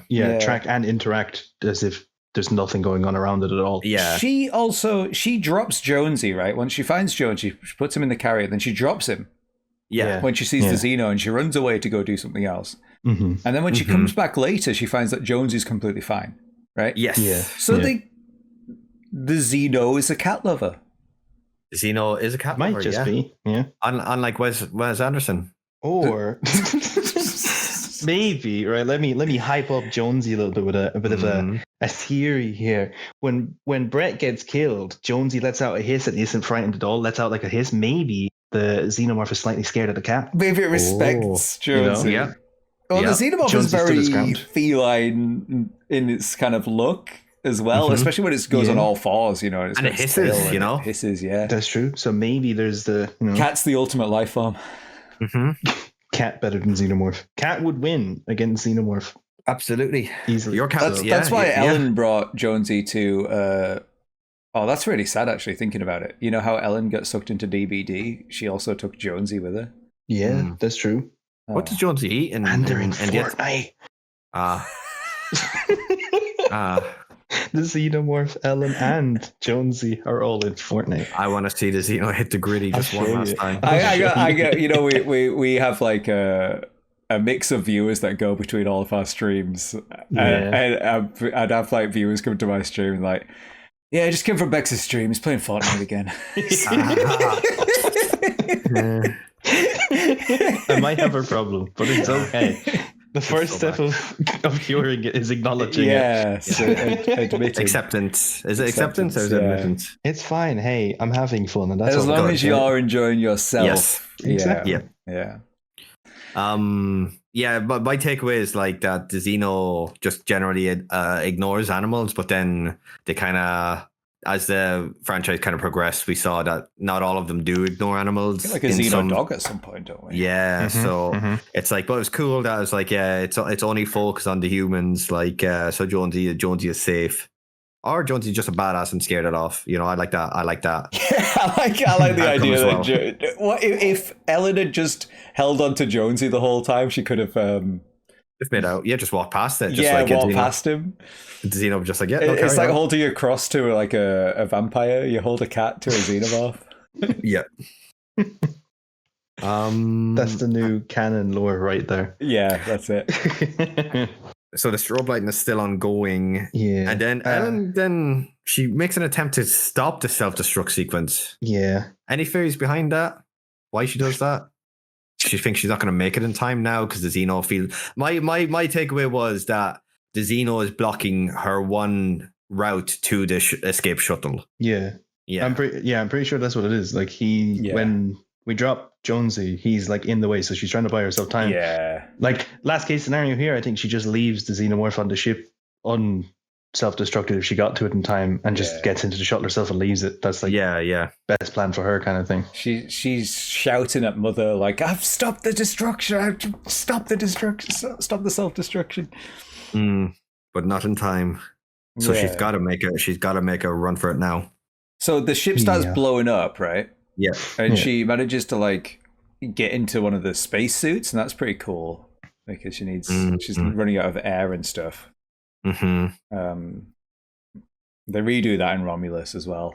It's like, that's really cool. And then what happens? She manages to get to the ship without having to deal with the alien anymore, right? She's got but disrespectfully throws Jonesy into the fucking shuttle at one point. She like catches the metal cages and he just like kicks it onto the floor. It's like, poor Jonesy, if he's in there, he's getting fucking rattled. Yeah. Yeah, she had more pressing things to think about. I'm an animal lover. I can understand that. Yeah, that makes sense. Oh, speaking of animal, hello, puppy. What are you There doing? he is. What are you doing? This Enzo is just. we gotta love. We were praising Jonesy too much. Enzo wanted to come up and get his cameo. You're getting jealous. Is that what you're doing? You're wagging your tail. What have we got now? Where were we? You guys continue. I'm just show. gonna go see what he's up to. Yeah, we're so close to the end here now. It's this whole. I love this whole last section. The last section is so fucking cool because it's such a cool twist. Like so you talk us through. So she's made a push for the escape shuttle. So we've gotten into our escape shuttle, and right as Ripley thinks that she's finally gotten away, and she's wearing the tiniest underpants in the world here. She is, yeah. This woman is wearing, it's basically string and a little bit of fabric in the front. Yeah. And there's a lot of talk online, and when I looked into it yesterday, I seen both sides of the argument, so I don't even know what to believe anymore. But supposedly they airbrushed out Sigourney Weaver's pubic hair in the movie, and supposedly there's 4K coming out soon where they're adding it back. Right. But some people online don't even think that it's real. Ridley Scott has talked about it, but he's been very vague about it, and it doesn't make sense. So weird shit to do with this tiny underpants. It is an interesting. Yeah, it feels like such a nothing burger, but yeah, I've heard about that. I heard that he did not like he requested, and I don't know how much right a director has in terms of this, but the urban legend that kind of goes around this movie, and I don't want to focus on it too much for anybody that's like weirded out or just uncomfortable with this sort of conversation. But he did want her to shave for the scene, and she refused to. So he was like, right, I'm just going to fix it in post. He's going to do a George Lucas on it to like pubic hair, which is wild. But see, that's the conversation. Some people say that that's real. Some people say it's all made up. Yeah. And there is supposedly some commentary on something where he says something along the lines of it, but the way he says it means anything. It doesn't sound like he made her do anything or they did anything. Are we in Ripley's skimpy underwear? Ripley's tiny underpants. Yeah. They're so tiny. Yeah, they're very, very small. So I again from a maybe you guys have spoken about this, but from a symbolic perspective, right? Right. They've all been wearing these unisex uniforms, right? Right. The entire thing, and the monster kind of takes away from your sex, right? That's what it does. This is the end of the movie showing that she is a woman and she's almost claiming her sexuality back. And by the end of this film, we do see that it's a woman who is triumphant, right? Yeah. And that's a really cool message. Really empowering. I feel, and I think Ripley wasn't even originally a woman when they wrote it, right? They changed that. I do. Yeah, I do agree with you. I've heard that before that. Yeah. So I feel like that makes sense from a symbolic standpoint. But if you don't look at it like that, it does just look like we've really digressed into 70s slasher.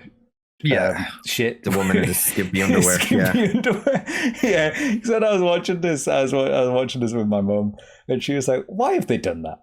Why is she suddenly just in this?" And I'm like, "There's got to be a reason for it." And if you follow all the trends up until this point, that makes sense. Yeah, because you're thinking what came not 1 year later, I believe, was the first Friday the 13th, and Friday the 13th, that whole franchise kind of glamorized like promiscuousness amongst like their general cast of characters, and just a lot of like it kind of got the wrong message from Halloween, and then they just went with it, right? But it was a neat little twist, because like you're thinking, right, she made it off the ship is self-destructed, she's safe now, but there's just one M. Night could never. There's one final little twist. I've been dunking on this guy constantly in the last few episodes. M. Night. When I talk about twist, I need to watch Trap, and I need to give him his flowers I really eventually. enjoyed Trap, but to be fair, I've not spoken to anybody else who really did enjoy it. So there we go. Well, maybe me and Beckham will be able to join Diva enjoyed it actually. So yeah, me and Diva. Good. That's good.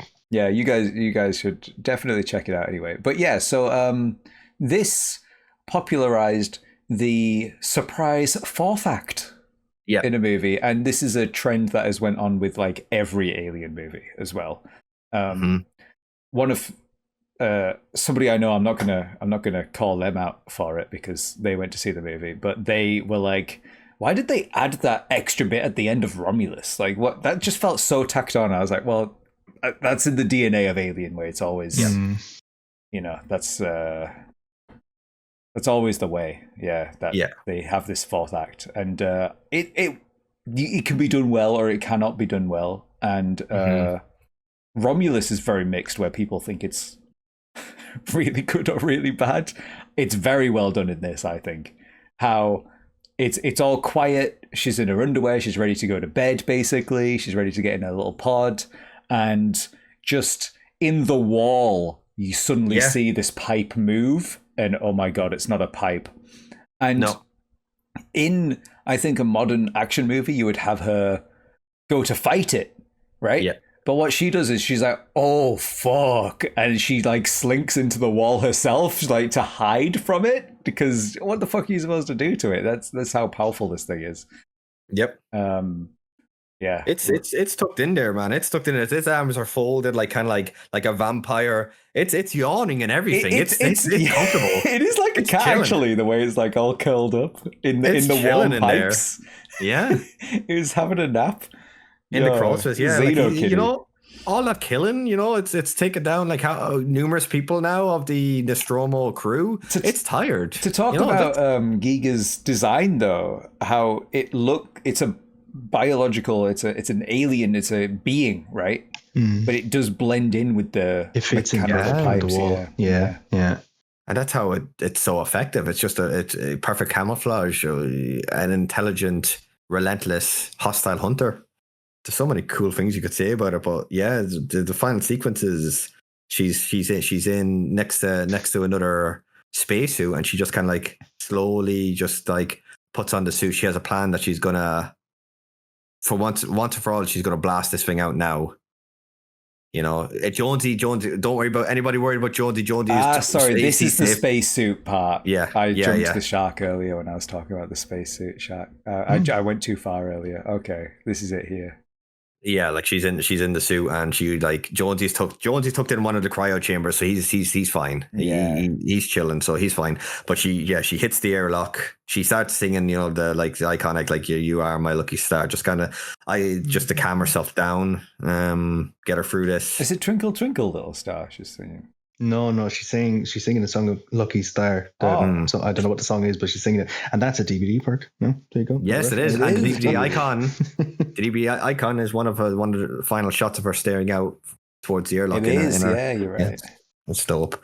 Yeah, it's very. I've got airlock. The thing, Xeno is dragged out. It holds on.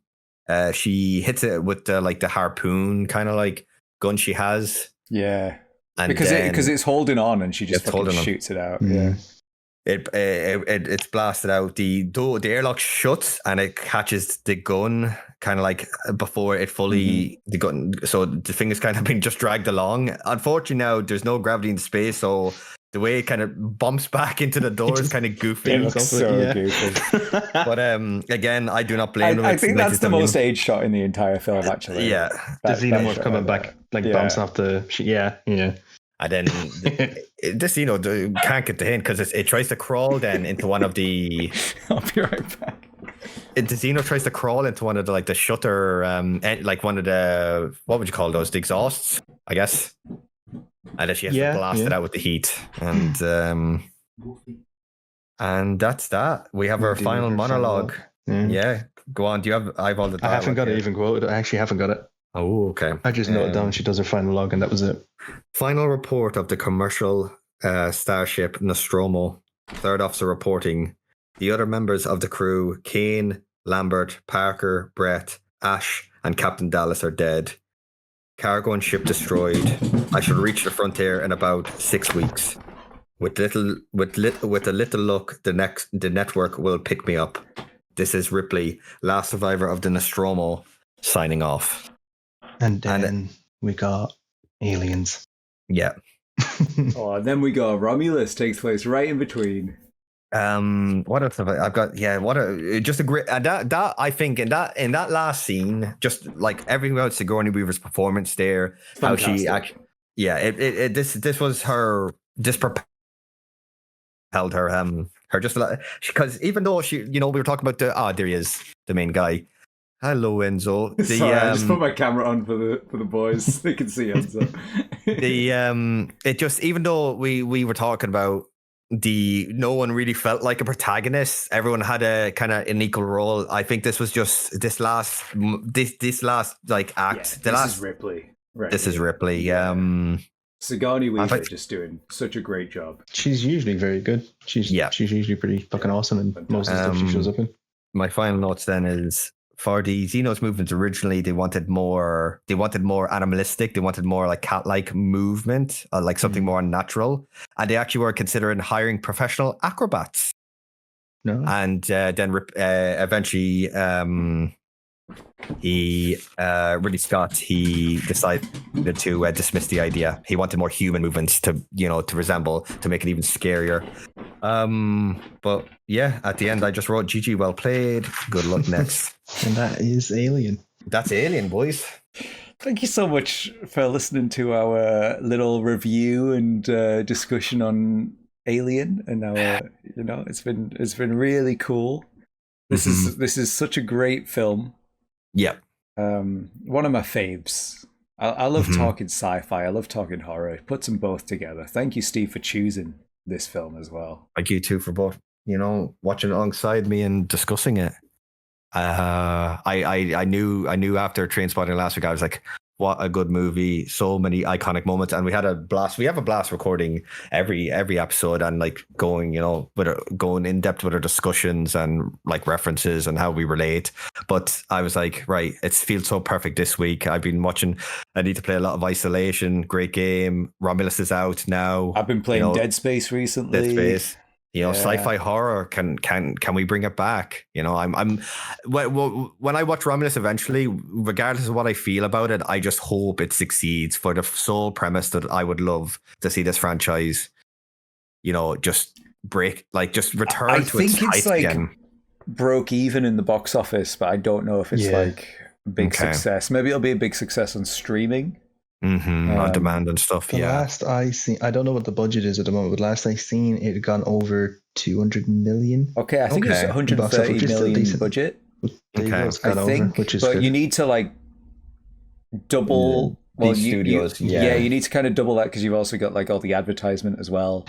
So it needs to do a bit better than it is doing, I think. And Deadpool and Wolverine overtook it again for number one in its fifth week. So it pushed it down.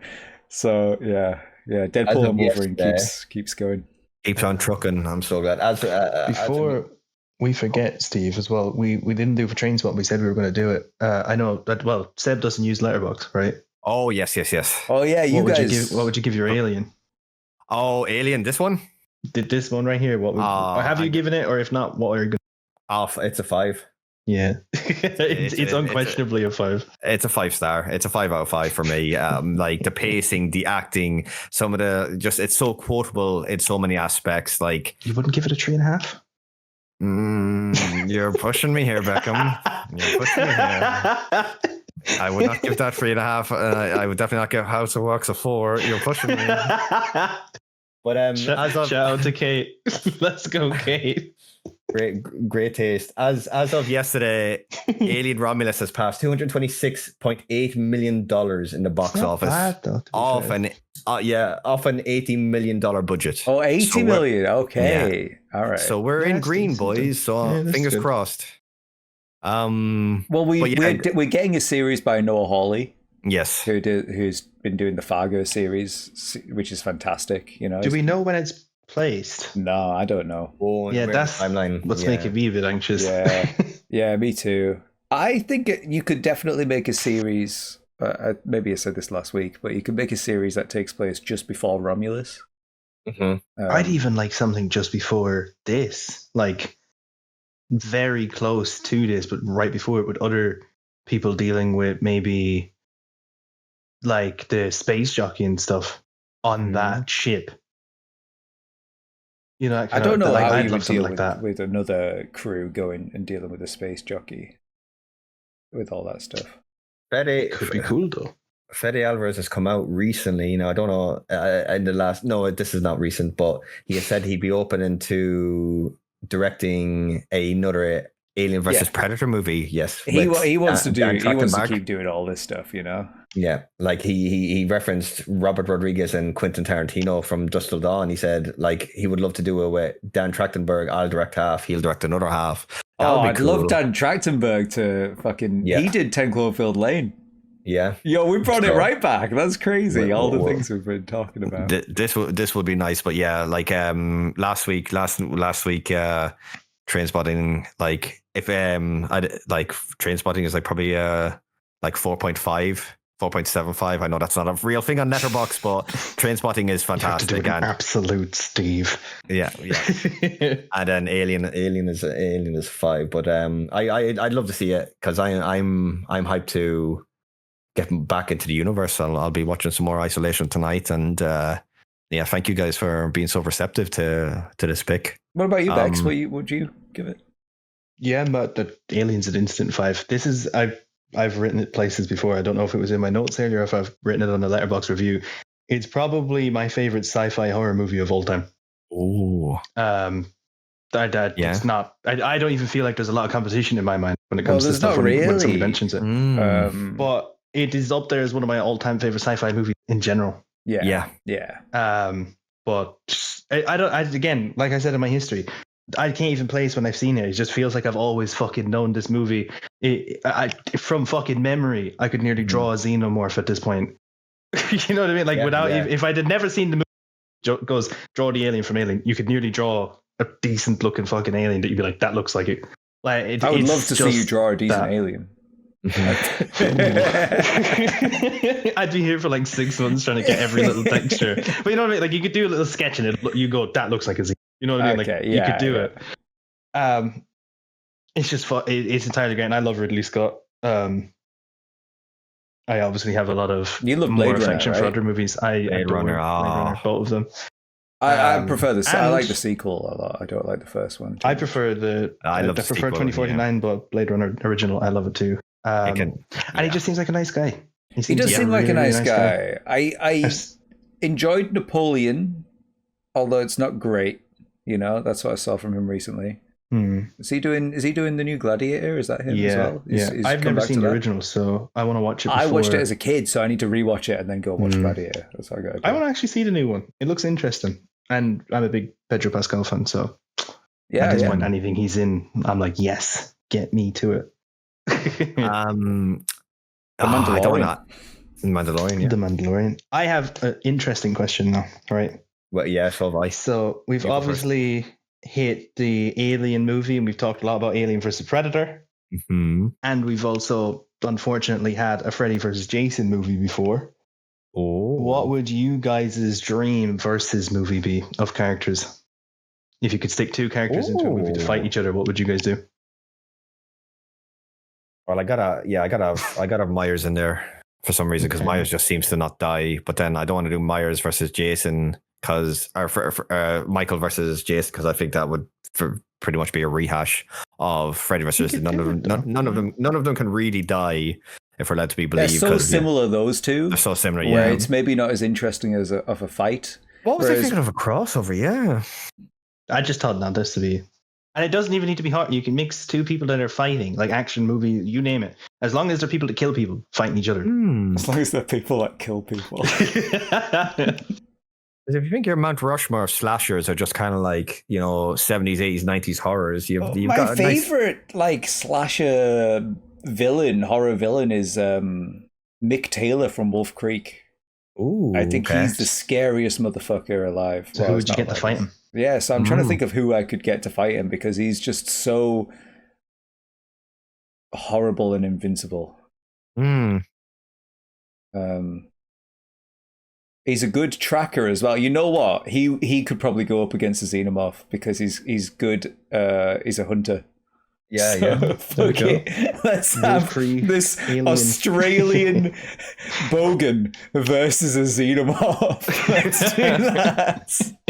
Oh my gosh, that's a great question. I'm gonna sit on this actually. Like from just off the top of my head, I guess it's my probably favorite slasher, I guess, of all time is unfortunately, because considering the state of the franchise now, was probably Scream, because being a 90s kid and stuff like that. I used to fucking adore Ghostface. But Ghostface against any of these other guys just hasn't a chance. Like, just getting bet up. I'd love to see Master Chief versus these aliens. Oh, yeah. Master Chief versus Dino. Yeah. Yeah. Again, you don't even need to be thinking horror. You can think games. I just said versus. I'd kind of like, if you were to pick like any exo suit, I'd always pick the Spartan armor, even though like Iron Man's is probably the best. Doomslayer outfit. Like I want Geralt to the one with the midriff, so you can show off your sick abs. Of course. Oh. Or your beer belly, depending on however you are. Of course. Physically depending on your lifestyle. Depending on your lifestyle choices. You could be a Doomslayer even if you've got a bit of body. It's fine. See, I guess because I'm still in my Resident Evil bubble. I think I want like Geralt or Rivia against like Nemesis or something like that. I think that would be like super dope. I don't think Geralt is from.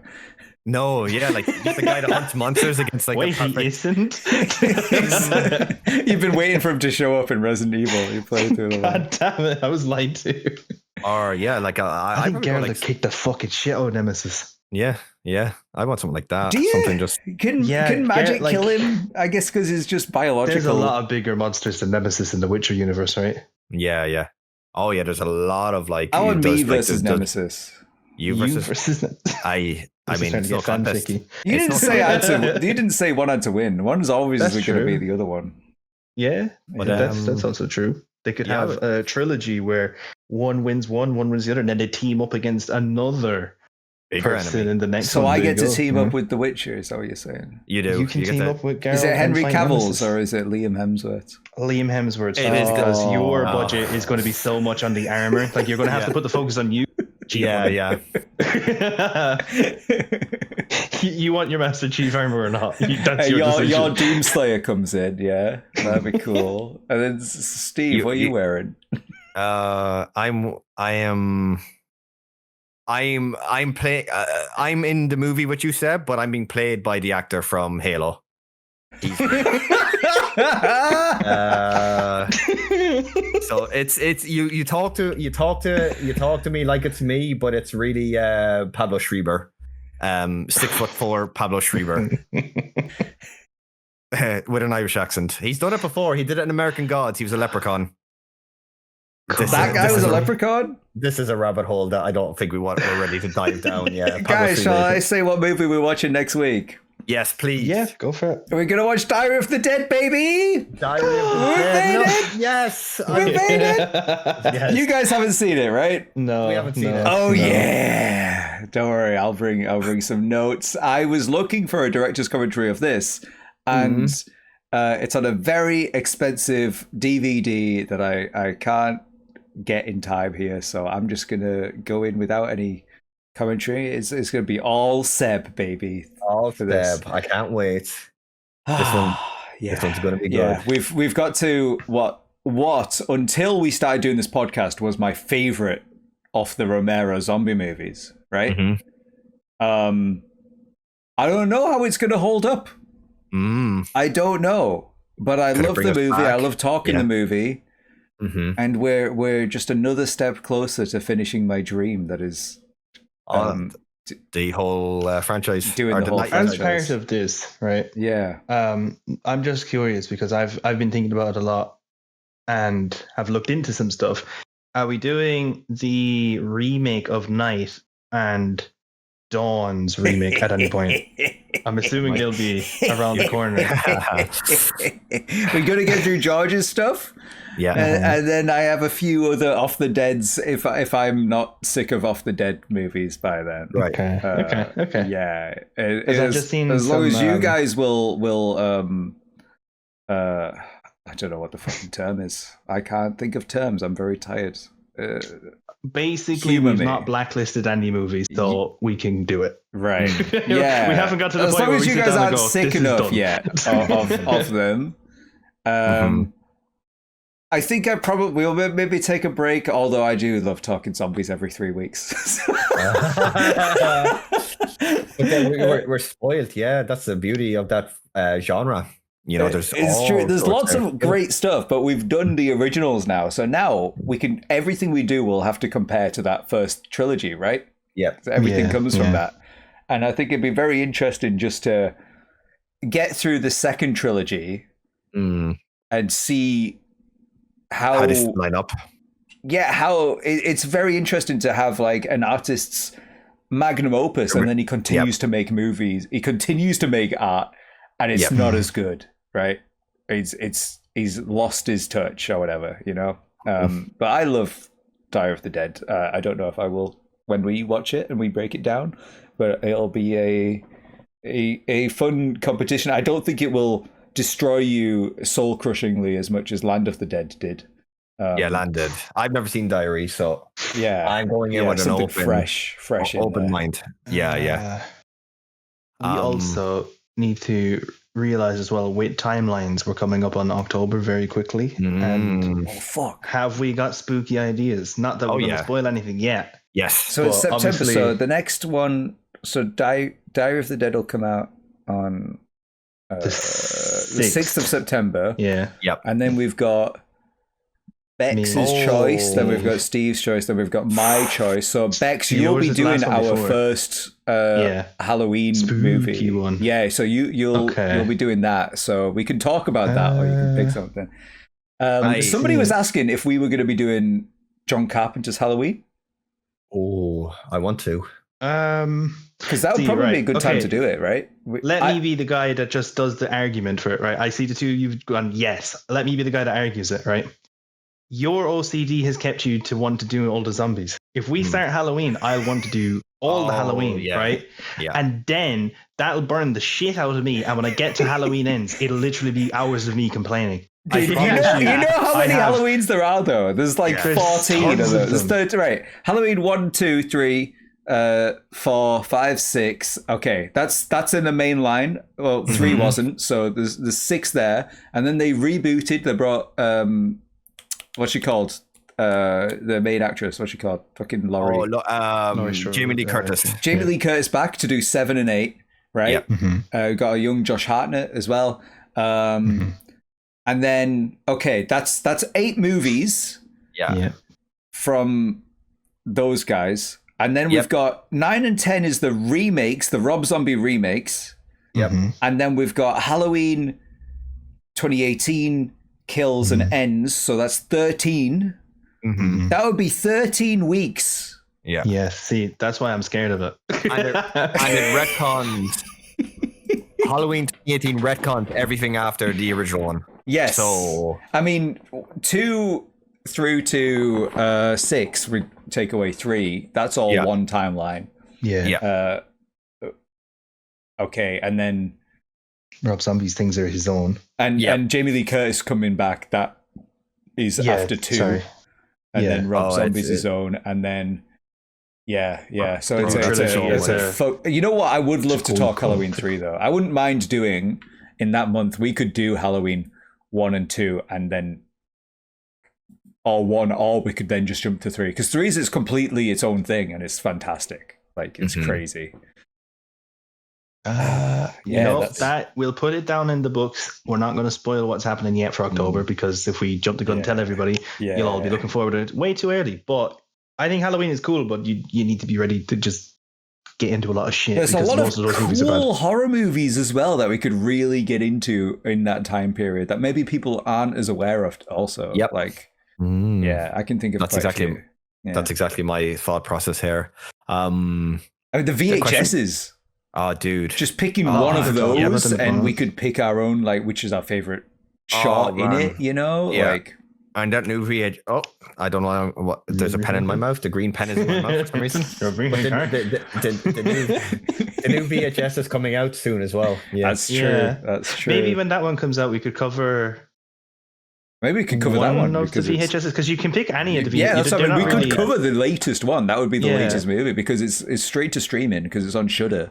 So we've all got access to it. October 4th, VHS Beyond. We could probably do something. We could do that around October. Then. So we could make it so in October, as I said, Bex, it would land on yours, but we could make it so we all pick together for the month of October, and then go back to the rotation. I think that'd be a good idea. Because Halloween, obviously, we stream horror games mainly. And the entire thing, we're not entirely horror, but we have a lot of horror love and interest.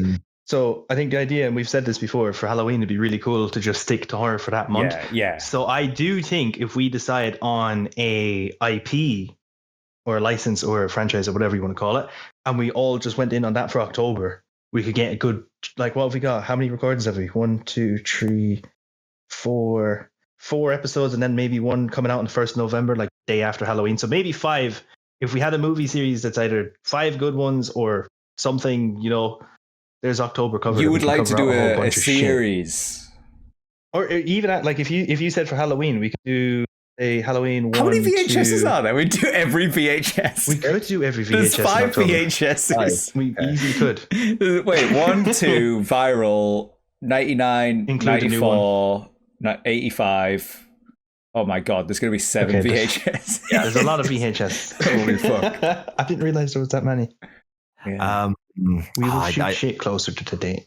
Yeah, because I don't want to be the bubble burster, but just so nobody's confused that's listening to this and like kind of keeping up with us in real time.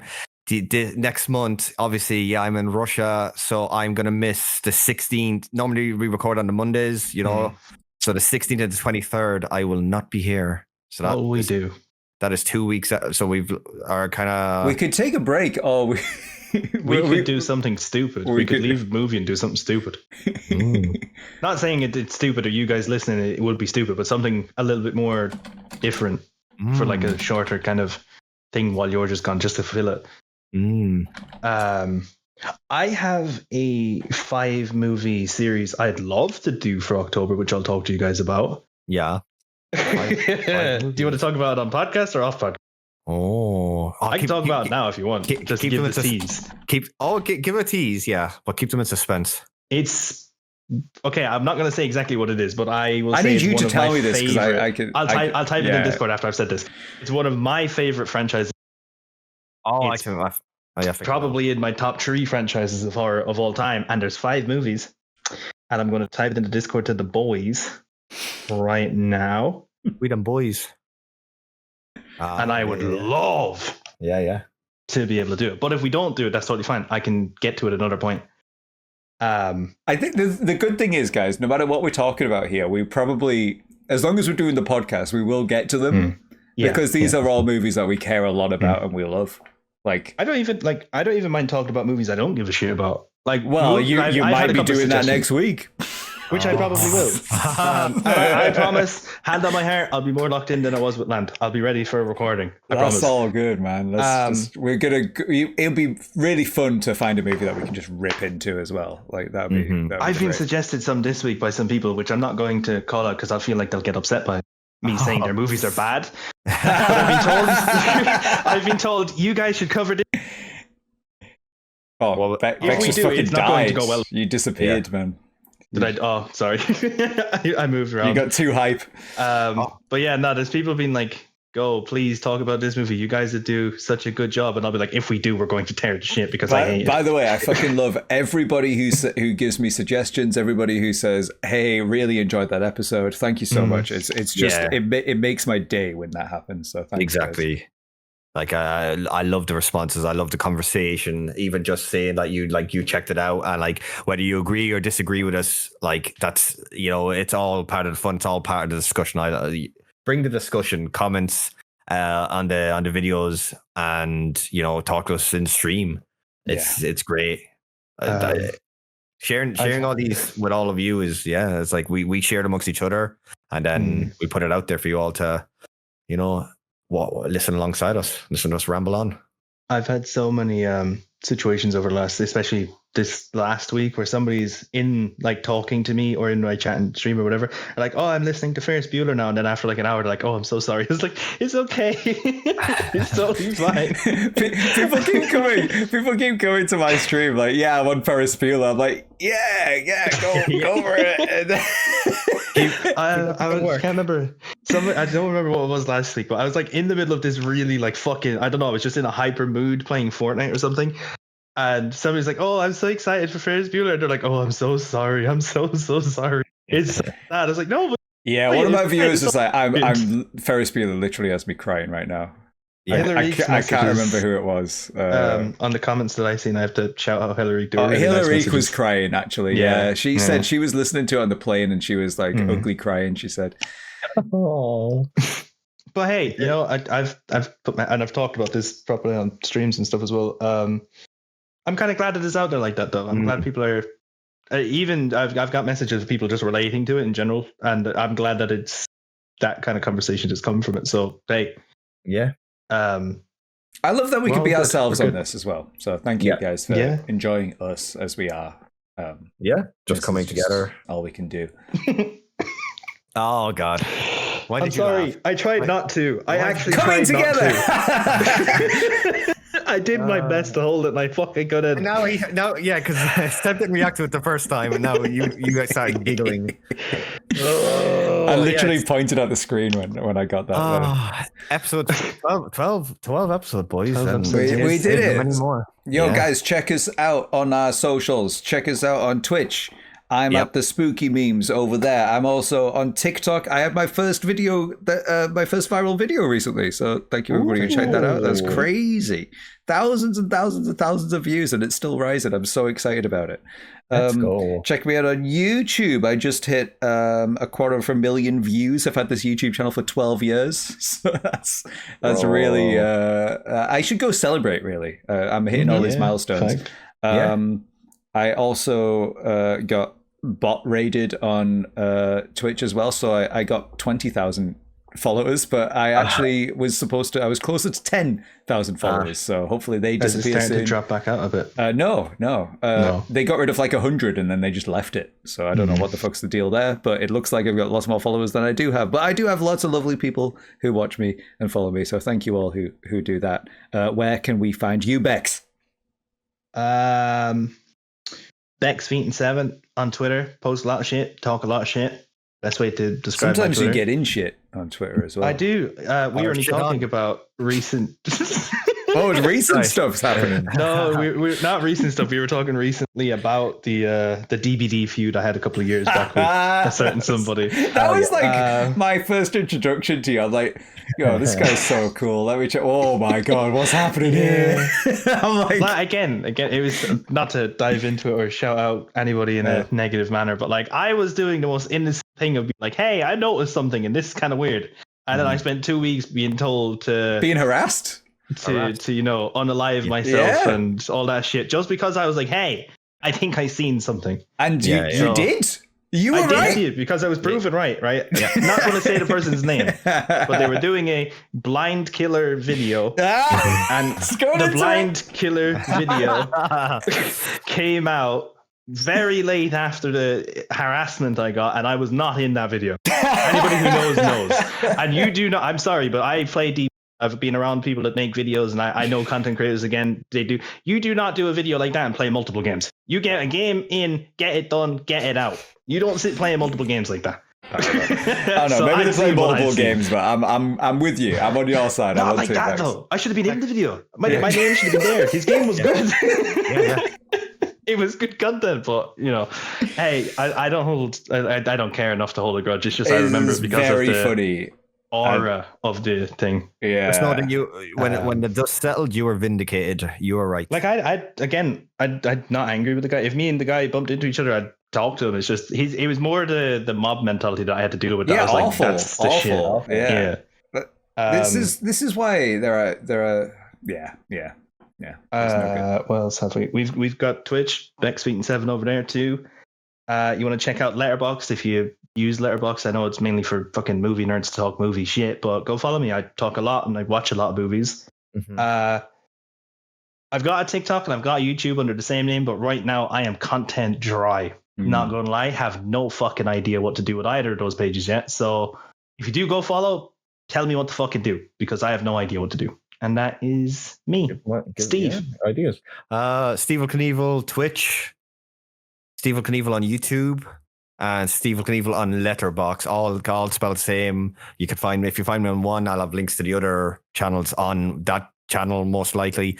I did recently upload my directorial debut on YouTube. It's an unlisted video. It was a project from uni in my first year.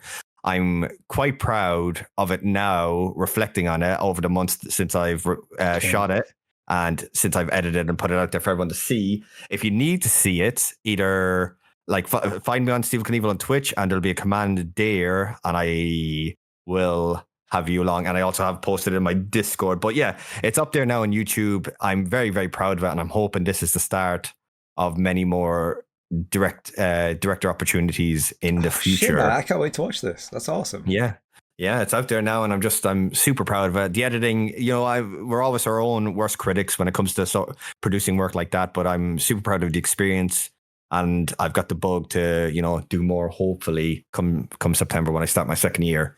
But yeah, find me on YouTube, Twitch, and Letterboxd. Yeah, fantastic. All right, so do we want to quickly shoot off what we've... I'm not going to go into like a 40-minute talk about all the crazy movies. I've barely done anything this past week. I've just been playing a lot of Dead by Daylight. Yeah. I've been making a lot of videos for YouTube and TikTok. And it's all paying off. So I've been enjoying it. I'm playing that, and I'm gonna play more Rainworld because I love that game. It's great, and it's now a genre. There's more slug post-apocalyptic games coming out, which is great. Yeah, so that's cool. Playing those. We need more slugs. That's me. Can I jump in before you, Steve? We're going to talk about something. I haven't really been watching an awful lot. For some reason, I've got massively obsessed with fucking watching Bob's Burgers, so that's what I've been doing most evenings. Real comfort show. It's so funny as well. Yeah, like I love H. John Benjamin. Funny. Yeah. His voice is great. Have you seen Boy Kills World? Yeah. It's a good. Thought it was pretty decent. It was okay. Yeah, it's a good movie. Rewatched Monsters Inc. Still fantastic movie. I love Pixar movies. I fucking love them. I used to play. I think it was a PS1 game of Monsters Inc. I really loved I know we used to play some kind of game, but I don't know what it was on. Could have even been back on an old computer on like a fucking old PC disc. I can't remember. There's a game in my memory. I watched Iron Man 2. It's okay. I don't think it's great. I've never seen Iron Man 2.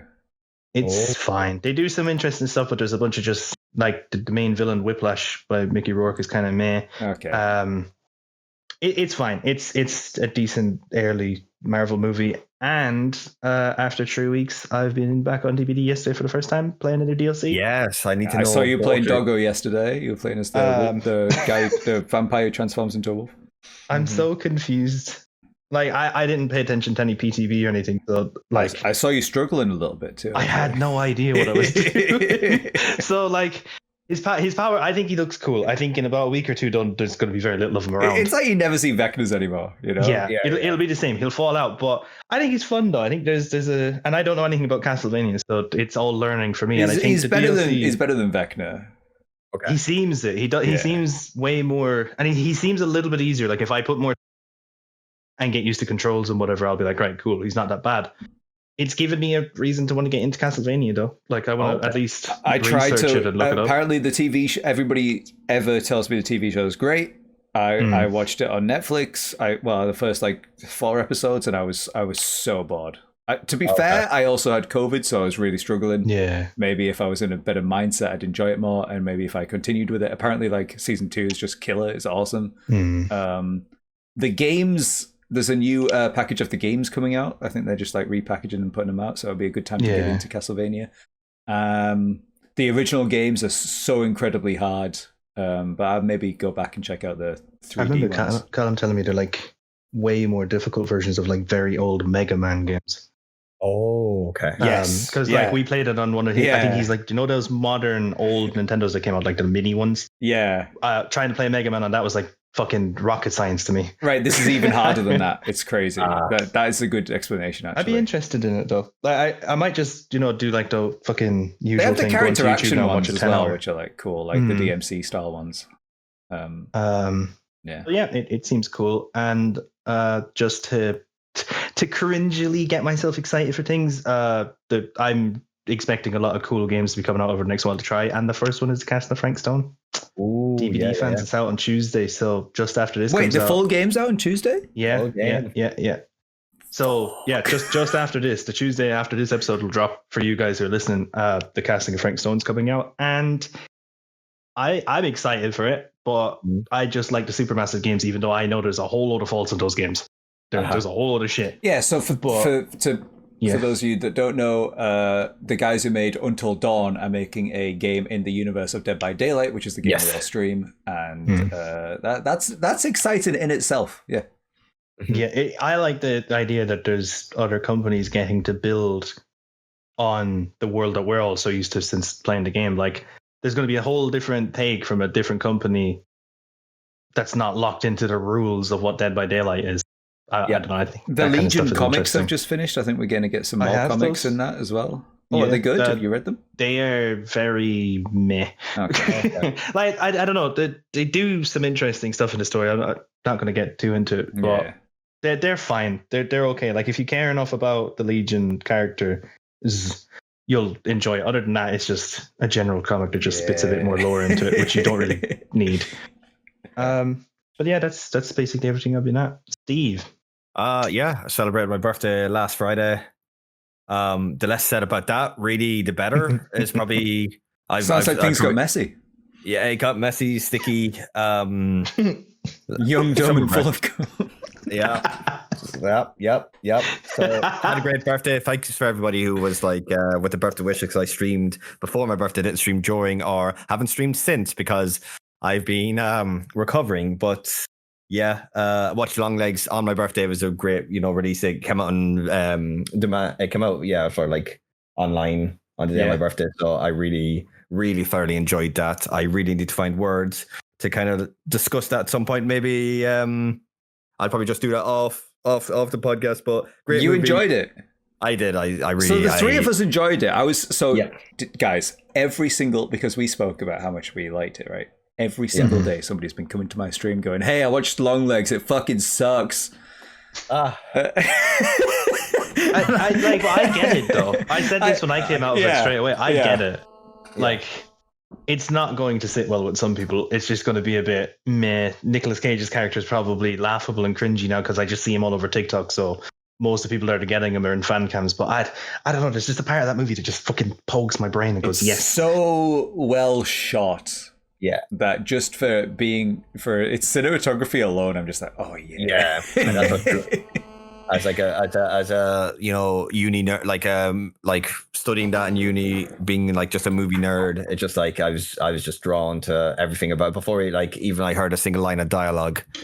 Just the opening, everything about the opening. I was like, I'm gonna really enjoy this. So Longlegs, it delivered. I waited like 2 months to watch it, because it flew out of my local cinema so quickly, but it was worth the wait. I've had a good summer run of movies now, and Romulus is next on my list.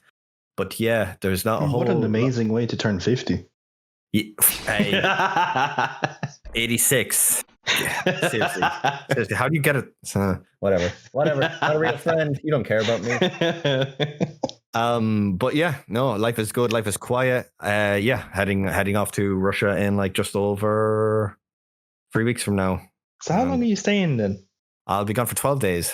12 days? Yeah. You're so going to get caught up in the middle of something. Okay. I'm gonna 12 days is a long time, man. Oh, don't jinx him like that. Holy fuck. But that's the first thing that popped in my head. 12 days is a long time, man. Yeah, it's been scary reading the news. You returned back home safe, please. That'd be great. Yeah. We'll have one or two more episodes of Kino beforehand. So at least we'll have if everything happens to me, we'll have an archive there forevermore. I'm sorry if a bunch of like interference just came through on the mic. I got a fucking phone call. I don't know why. I never get phone calls ever in life. Anyway, I searched up the phone number, and there's a bunch of people saying, "Hey, this person pretends to be a police officer. They're trying to scam you." And I'm like, yeah. I never actually answer the phone, by the way. If you want to contact me, don't fucking call me. Send me a message, and then I'll. Yeah. Mine's the same. Unless it's my mom, my dad, brother. Nobody else gets a phone call. That's it. That's family. That's it. Yeah. If it's anything other series, they usually will have an email for me. Like anything that needs me has my email. So if they really need me, then honestly, in my life, it's like you family call me, friends Instagram me, anybody else, you find me on Twitch and we'll talk. But yeah, no, dope. Yeah, that's been us. We plug. Love this movie. Yeah. Bex, did you say you had something else you wanted to discuss quickly before we? Did I have something else? If I did, it's gone. Oh, okay. Everything else came through here, went straight through my brain, and now it's gone. Okay. Well, it's been great. It's been a great one. Thank you, guys. It's been dope. Thank you everybody for listening. Like the video, comment. Come check us out on Talk with us. Yeah. See you in the next one. Bye. Peace.